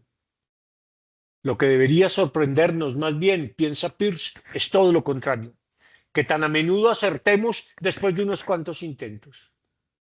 Pero entonces, ¿por qué acertamos a pesar de todo? Peirce considera que no puede haber mejor respuesta para este interrogante que la creencia en que existe una cierta luz que nos guía a la hora de seleccionar las mejores hipótesis entre un conjunto casi infinito de explicaciones erróneas. La abducción es entonces, después de todo, una especie de insight o de intuición que encuentra su fundamento en un instinto racional tan poderoso que no nos deja nunca perdernos del todo en nuestra exploración constante de la naturaleza. Dice Peirce al respecto: sea como sea que los hombres hayan adquirido su facultad de adivinar los modos de la naturaleza, ciertamente no ha sido mediante una lógica autocontrolada y crítica. Ni siquiera ahora pueden ellos proporcionar alguna razón exacta para sus mejores conjeturas. Me parece que el enunciado más limpio que podemos hacer sobre la situación lógica, el que menos se mezcla con elementos dudosos, es decir, que el hombre tiene una cierta iluminación interior o chispazo inteligente, insight, acerca de las terceridades o elementos generales de la naturaleza. No lo suficientemente fuerte para ser más a menudo acertada que equívoca, pero sí lo suficientemente fuerte como para no ser con una frecuencia más abrumadora equivocada en vez de acertada. La llamo iluminación interior o chispazo inteligente, insight, porque hay que referirla a la misma clase general de operaciones a la que pertenecen los juicios perceptuales. Esta facultad es al mismo tiempo de la naturaleza general del instinto, asemejándose a los instintos de los animales en que sobrepasa por mucho los poderes generales de nuestra razón y en que nos dirige como si estuviéramos en posesión de hechos que están más allá por completo del alcance de nuestros sentidos.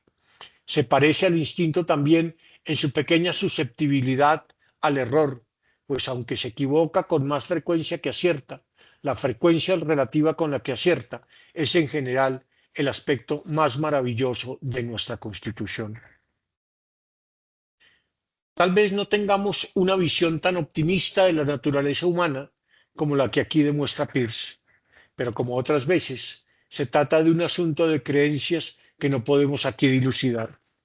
En todo caso, esta inmensa afinidad que cree percibir Peirce entre la naturaleza y nuestras capacidades cognitivas solo se puede sostener sobre la idea de una ley de amor evolutivo que gobierna el conjunto del universo. Pero en cualquier caso, esta es una dimensión de la filosofía de Peirce, su aspecto metafísico y religioso, que por lo pronto no hemos pretendido abordar. como en la máxima wittgensteiniana, de lo que nada se puede decir, mejor es callar. Bueno, muchas gracias por la paciencia de esta lectura bastante larga, pero bueno, espero que haya resultado útil. Bueno, estimado doctor, muchísimas gracias por tan excelente conferencia. Invitamos a los asistentes a hacerle preguntas al doctor Diego sobre la misma. Por favor, levantan la mano y yo les voy dando la palabra. Preguntas se puso de método de enseñanza. ¿Cómo es? Doctor, aquí hay un estudiante del semillero que pregunta Y si se podría usar así como la inducción y la deducción en un método de enseñanza en Gaudium. que si la abducción en PIR se podría utilizar como un método de enseñanza en pedagogía, doctor. Están preguntando. Nunca fue la intención de Peirce. Peirce siempre pensó en el descubrimiento científico. Él era un científico que quería entender cómo se puede descubrir científicamente, ¿cierto? Pero evidentemente el método de la ciencia tiene muchas posibilidades pedagógicas. Eso lo desarrolló muy bien, por ejemplo, toda la pedagogía de John Dewey, que es una pedagogía de la búsqueda, del descubrimiento, del aprender a examinar la experiencia, a descubrir relaciones en la experiencia. Digamos, Peirce de educación casi nunca habla, muy poquito, aparte de una conferencia que tiene sobre la enseñanza de la lógica, realmente él no tiene escritos educativos que yo le conozca, pero muchas de sus ideas pueden tener muchas consecuencias educativas interesantes. Pero quien las desarrolló mucho más fue John Dewey. Tal vez el mejor lugar para eso sea un texto de Dewey que se llama ¿Cómo pensamos? Aparte de su gran obra de lógica, teoría de la investigación, que es un texto grandote, John Dewey escribió un texto que se llama ¿Cómo pensamos?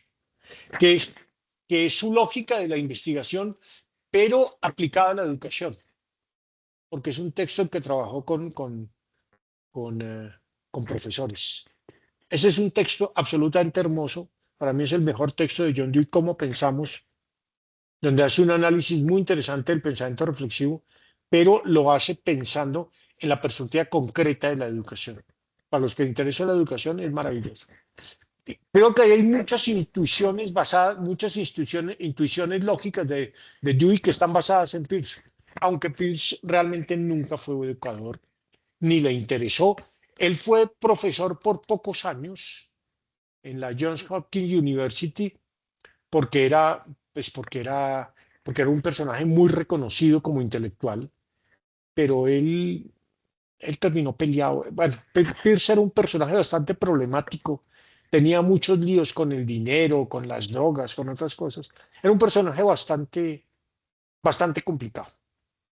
Y entonces por eso solo enseñó muy pocos años en la Johns Hopkins University. Sí alcanzó a ser profesor de Dewey y de una generación importante, pero él fue por 4 o 5 años nomás.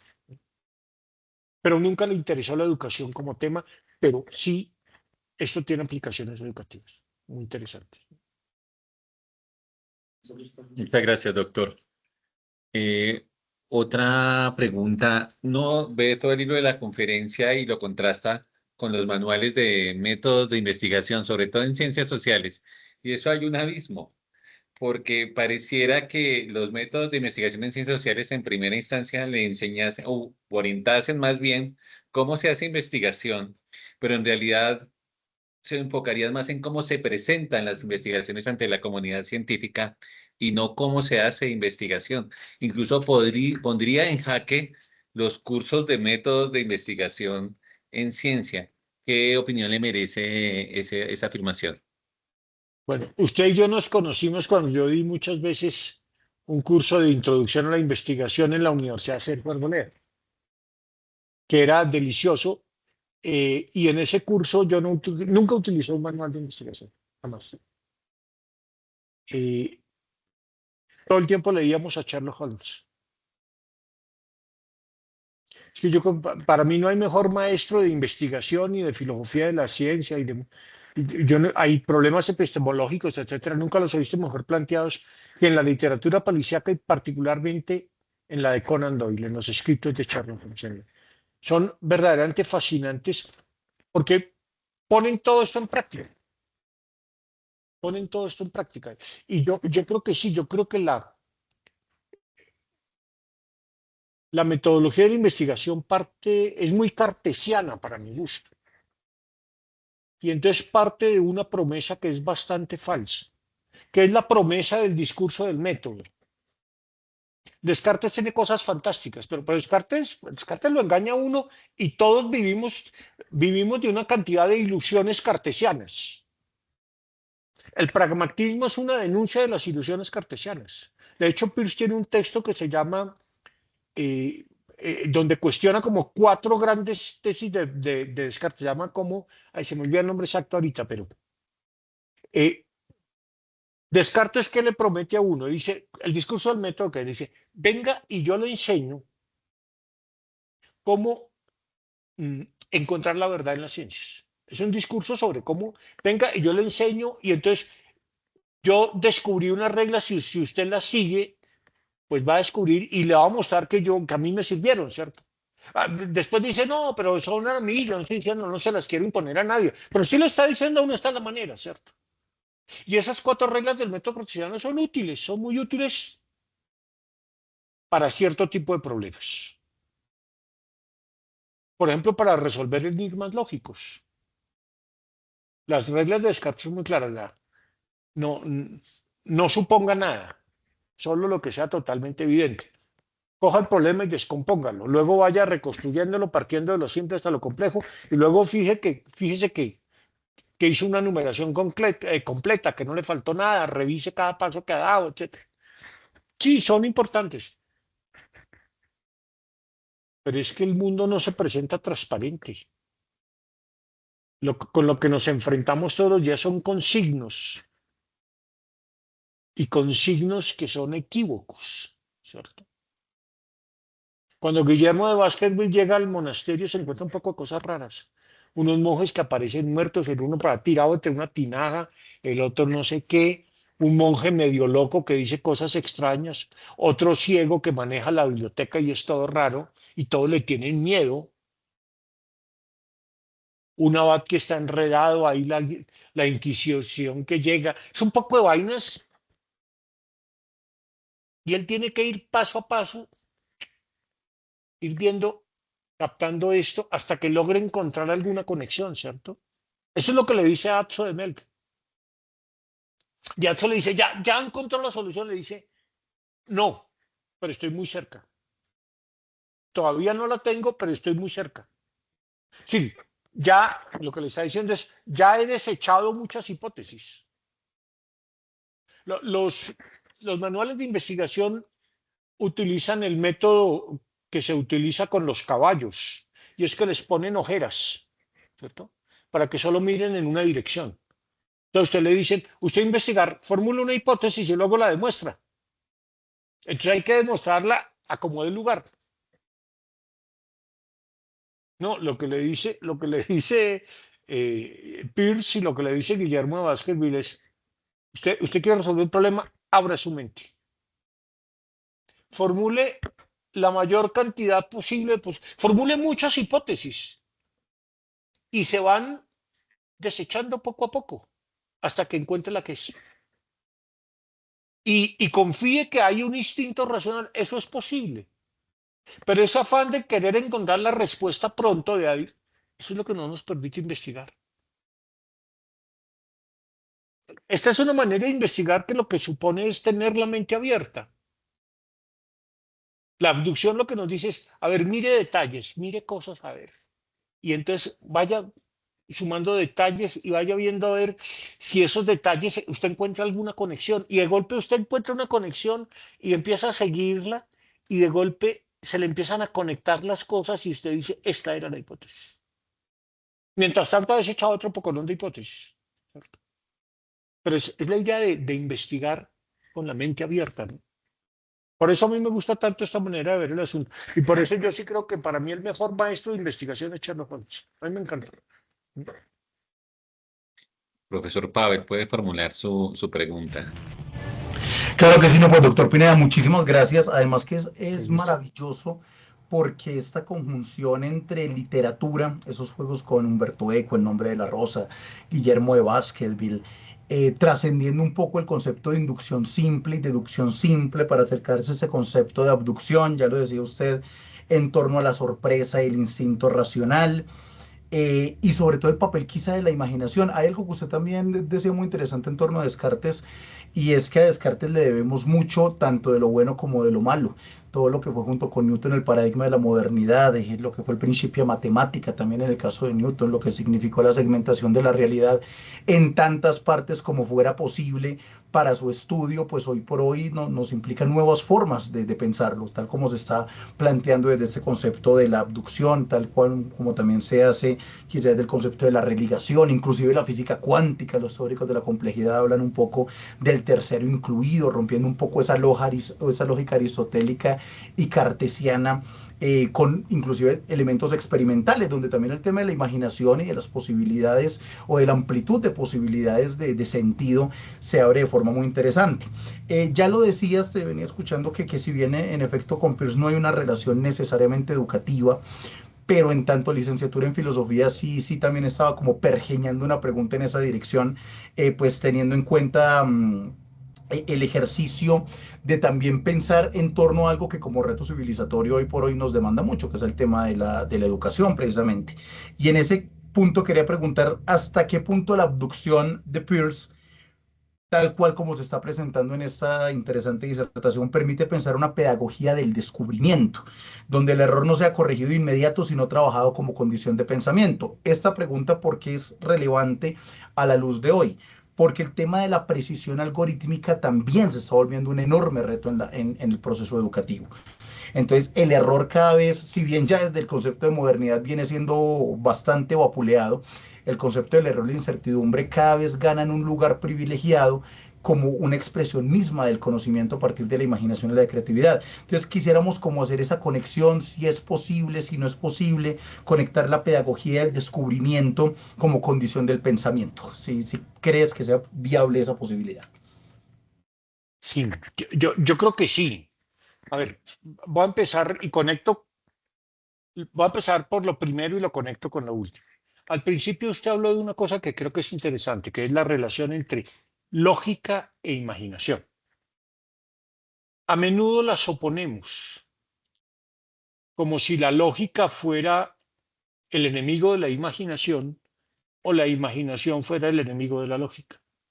Y yo creo que son perfectamente complementarios. Para razonar bien lógicamente necesitamos imaginación. Y para imaginar de forma productiva necesitamos saber razonar lógicamente. Las dos cosas son esenciales. Esa es una de las cosas que yo más le aprendí a mi maestro, a Matthew Lipman. Matthew Lipman, uno aprendía con él lógica y todo el discurso, pero luego cuando iba a hacer poesía, le recordaba a uno las reglas lógicas y le enseñaba a uno a desarrollar la capacidad creativa, la capacidad poética, pero a partir de reglas lógicas.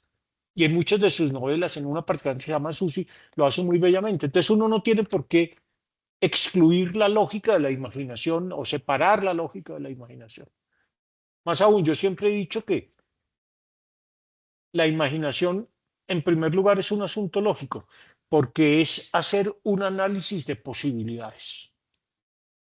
Si yo tengo dos elementos, puedo combinarlo al menos de 4 maneras distintas, ¿cierto? Si yo tengo 3 elementos, puedo combinarlos al menos de 8 maneras distintas.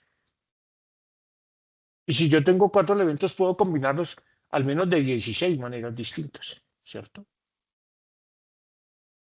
Eso que es un puro ejercicio lógico, matemático, de cálculo, es la clave que me permite ver todas las posibilidades y que me permite imaginar lo imposible. Entonces, que me permite formular muchas hipótesis, ¿cierto? Esa es la base de la abducción también. Claro, el punto es que cuando uno procede así, cuando usted imagina, comete muchos errores. Y entonces, claro, a los niños no los dejan cometer errores porque qué tal que se queden con los errores. Yo nunca he visto un niño que cuando ya es mayor conserve todos sus errores de niño. Uno toda la vida está corrigiendo errores. Yo me acuerdo a veces cuando yo trabajo en cosas de filosofía, pero los papás me dicen, profesor, ¿cómo hacemos para que los niños aprendan la verdad? Yo le digo, ¿y usted cómo sabe cuál es la verdad? Pues usted está tan seguro que es. ¿No creo que es más interesante que sean personas que se pregunten, que se cuestionen, que no tomen verdades como absolutas, sino que se sepan preguntar y demás? No, pero es que él puede cometer muchos errores. ¿Y usted nunca ha cometido errores? No, pues sí. ¿Y a usted no le ha servido para nada? No, yo he aprendido. Ah, bueno, déjelo aprender. Déjelo cometer errores. Muchos. La fórmula de Guillermo de Baskerville es bellísima. Bellísima. Cuando le pregunta a Atsu, ¿y usted nunca comete errores? Dice, pues si así fuera, enseñaría teología en París. Bueno, o filosofía en la Javeriana, o en Los Andes, o en la Nacional, o en donde sea. ¿Sí? Si uno no cometía errores, pues bueno, listo.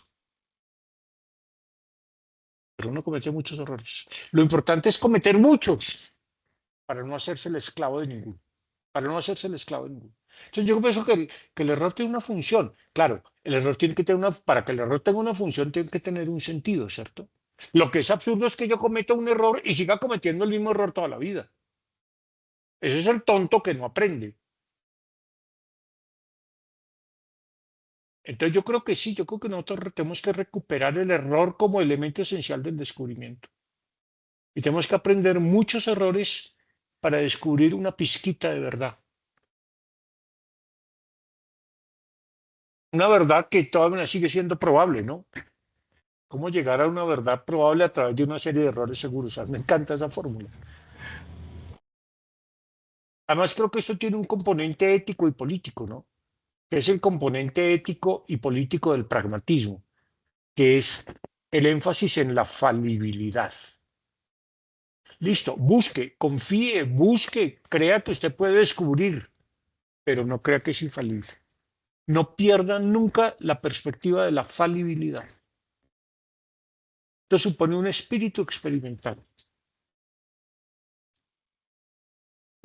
Sí, ahí habría un diálogo interminable. Todos los cisnes son blancos, por ejemplo, a propósito del tema de los paradigmas de la ciencia.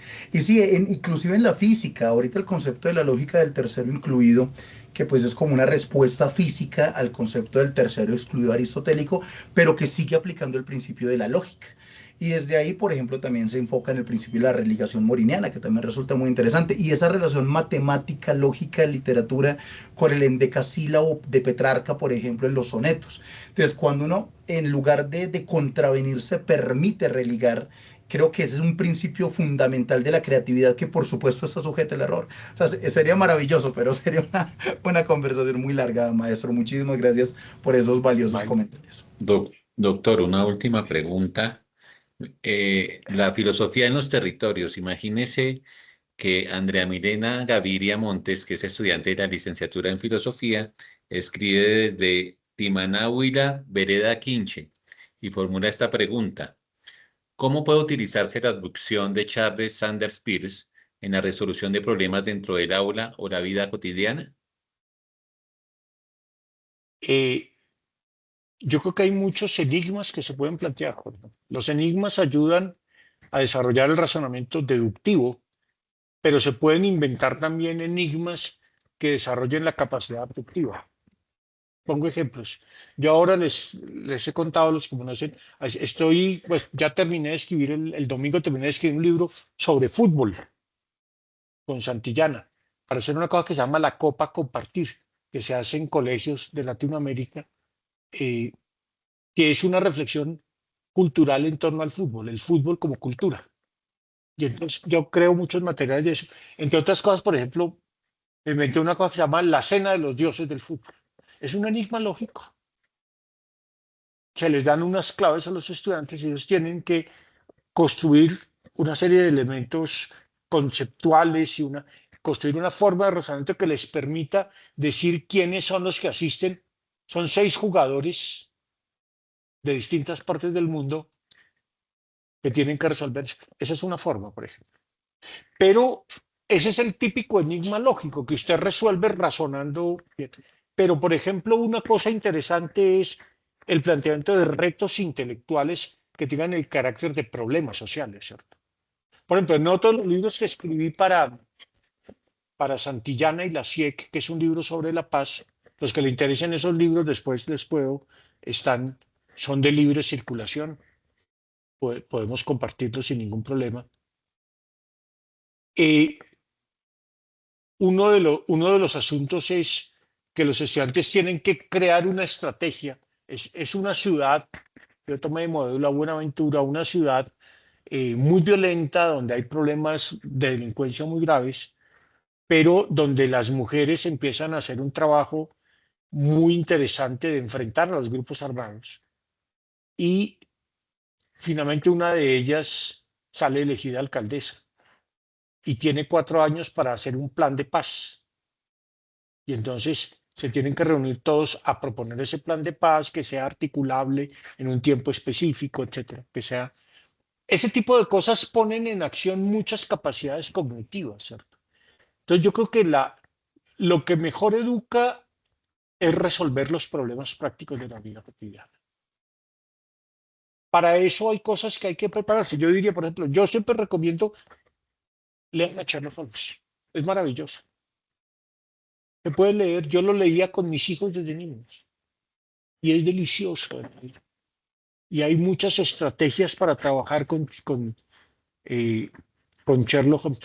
Trabajen otras habilidades. El desarrollo del lenguaje es clave, porque el lenguaje nos permite cultivar la imaginación, el sentimiento, todo. Yo estoy ahora dedicado, por ejemplo, a escribir décimas, cosas de ese estilo. Todo eso ayuda y todo eso no necesita ninguna inversión rara. Se puede hacer perfectamente en una escuela rural, en un profesor que se encarrete, que busque nuevas posibilidades. Todo eso se puede hacer.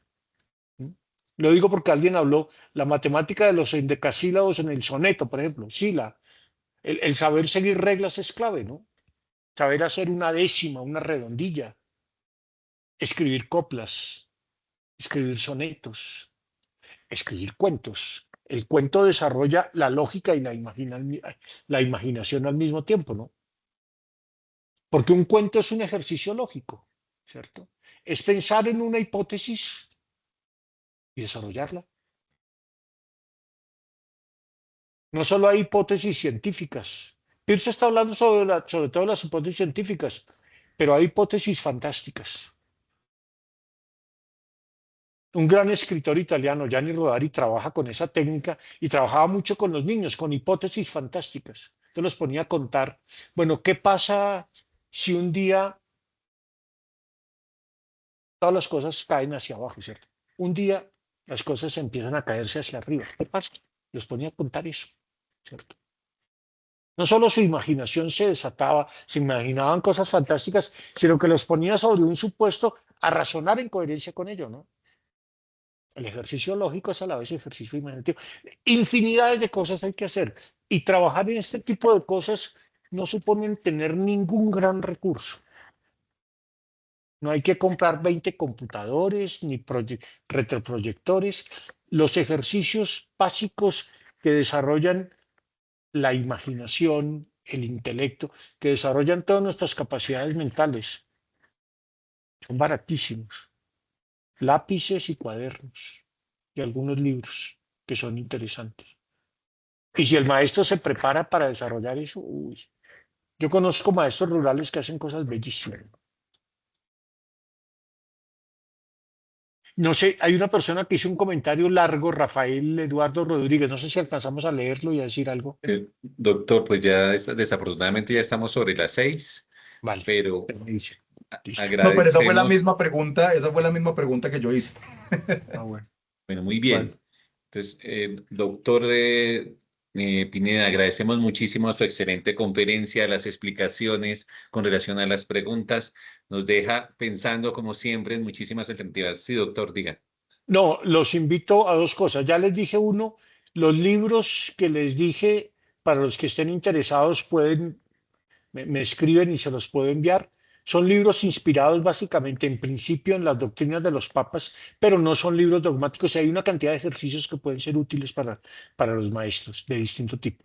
Y lo otro, si quieren profundizar un poco más en Peirce, en mi canal de YouTube hay un curso completo de Peirce. Son 32 videos donde yo presento el pensamiento de Peirce, desde su vida, su obra, y voy cogiendo, digamos, toda su crítica a la filosofía cartesiana y voy mostrando que es la máxima pragmática y cómo de ahí surge toda la filosofía de la abducción y demás, y las implicaciones que tiene eso en términos de metafísica, de estética, de ética. Entonces, si a alguien le interesa Peirce, les recomiendo, hay 32 videos, aparece como Cátedra de Peirce en mi canal de YouTube, que es simplemente @Diego Antonio Pineda Rivera, todo seguido en minúsculas, @Diego Antonio Pineda Rivera 4336. Si busca en las listas de reproducción, ahí encuentra Cátedra Peirce, hay también otra cátedra de Aristóteles, hay también otra cátedra Maquiavelo, las pueden seguir ahí, son totalmente de libre acceso. Perfecto. Bueno, agradecemos muchísimo al doctor Diego Antonio Pineda, al programa de la licenciatura en Filosofía de la Universidad Nacional Abierta y a Distancia, al Departamento de Filosofía, Arte y Letras de la Universidad de La Salle y a la Red Iberoamericana de Cátedras de Mauricio de Uchot Puente y Hermenéutica Analógica. Los invitamos para el próximo 27 de mayo, que tendremos otra sesión de conferencia. Nuestro invitado será el doctor Diego Alfonso Pineda, de la Universidad Nacional Abierta y a Distancia, y nos ofrecerá la conferencia Las emociones en perspectiva, un análisis interdisciplinario de su evolución histórica. También damos gracias al semillero Caritas Veritatis de la Universidad de La Salle y nos veremos en la próxima conferencia. Un abrazo para todos. Feliz tarde. Hasta luego, muchas gracias. Feliz tarde, muchas gracias. Luego, gracias.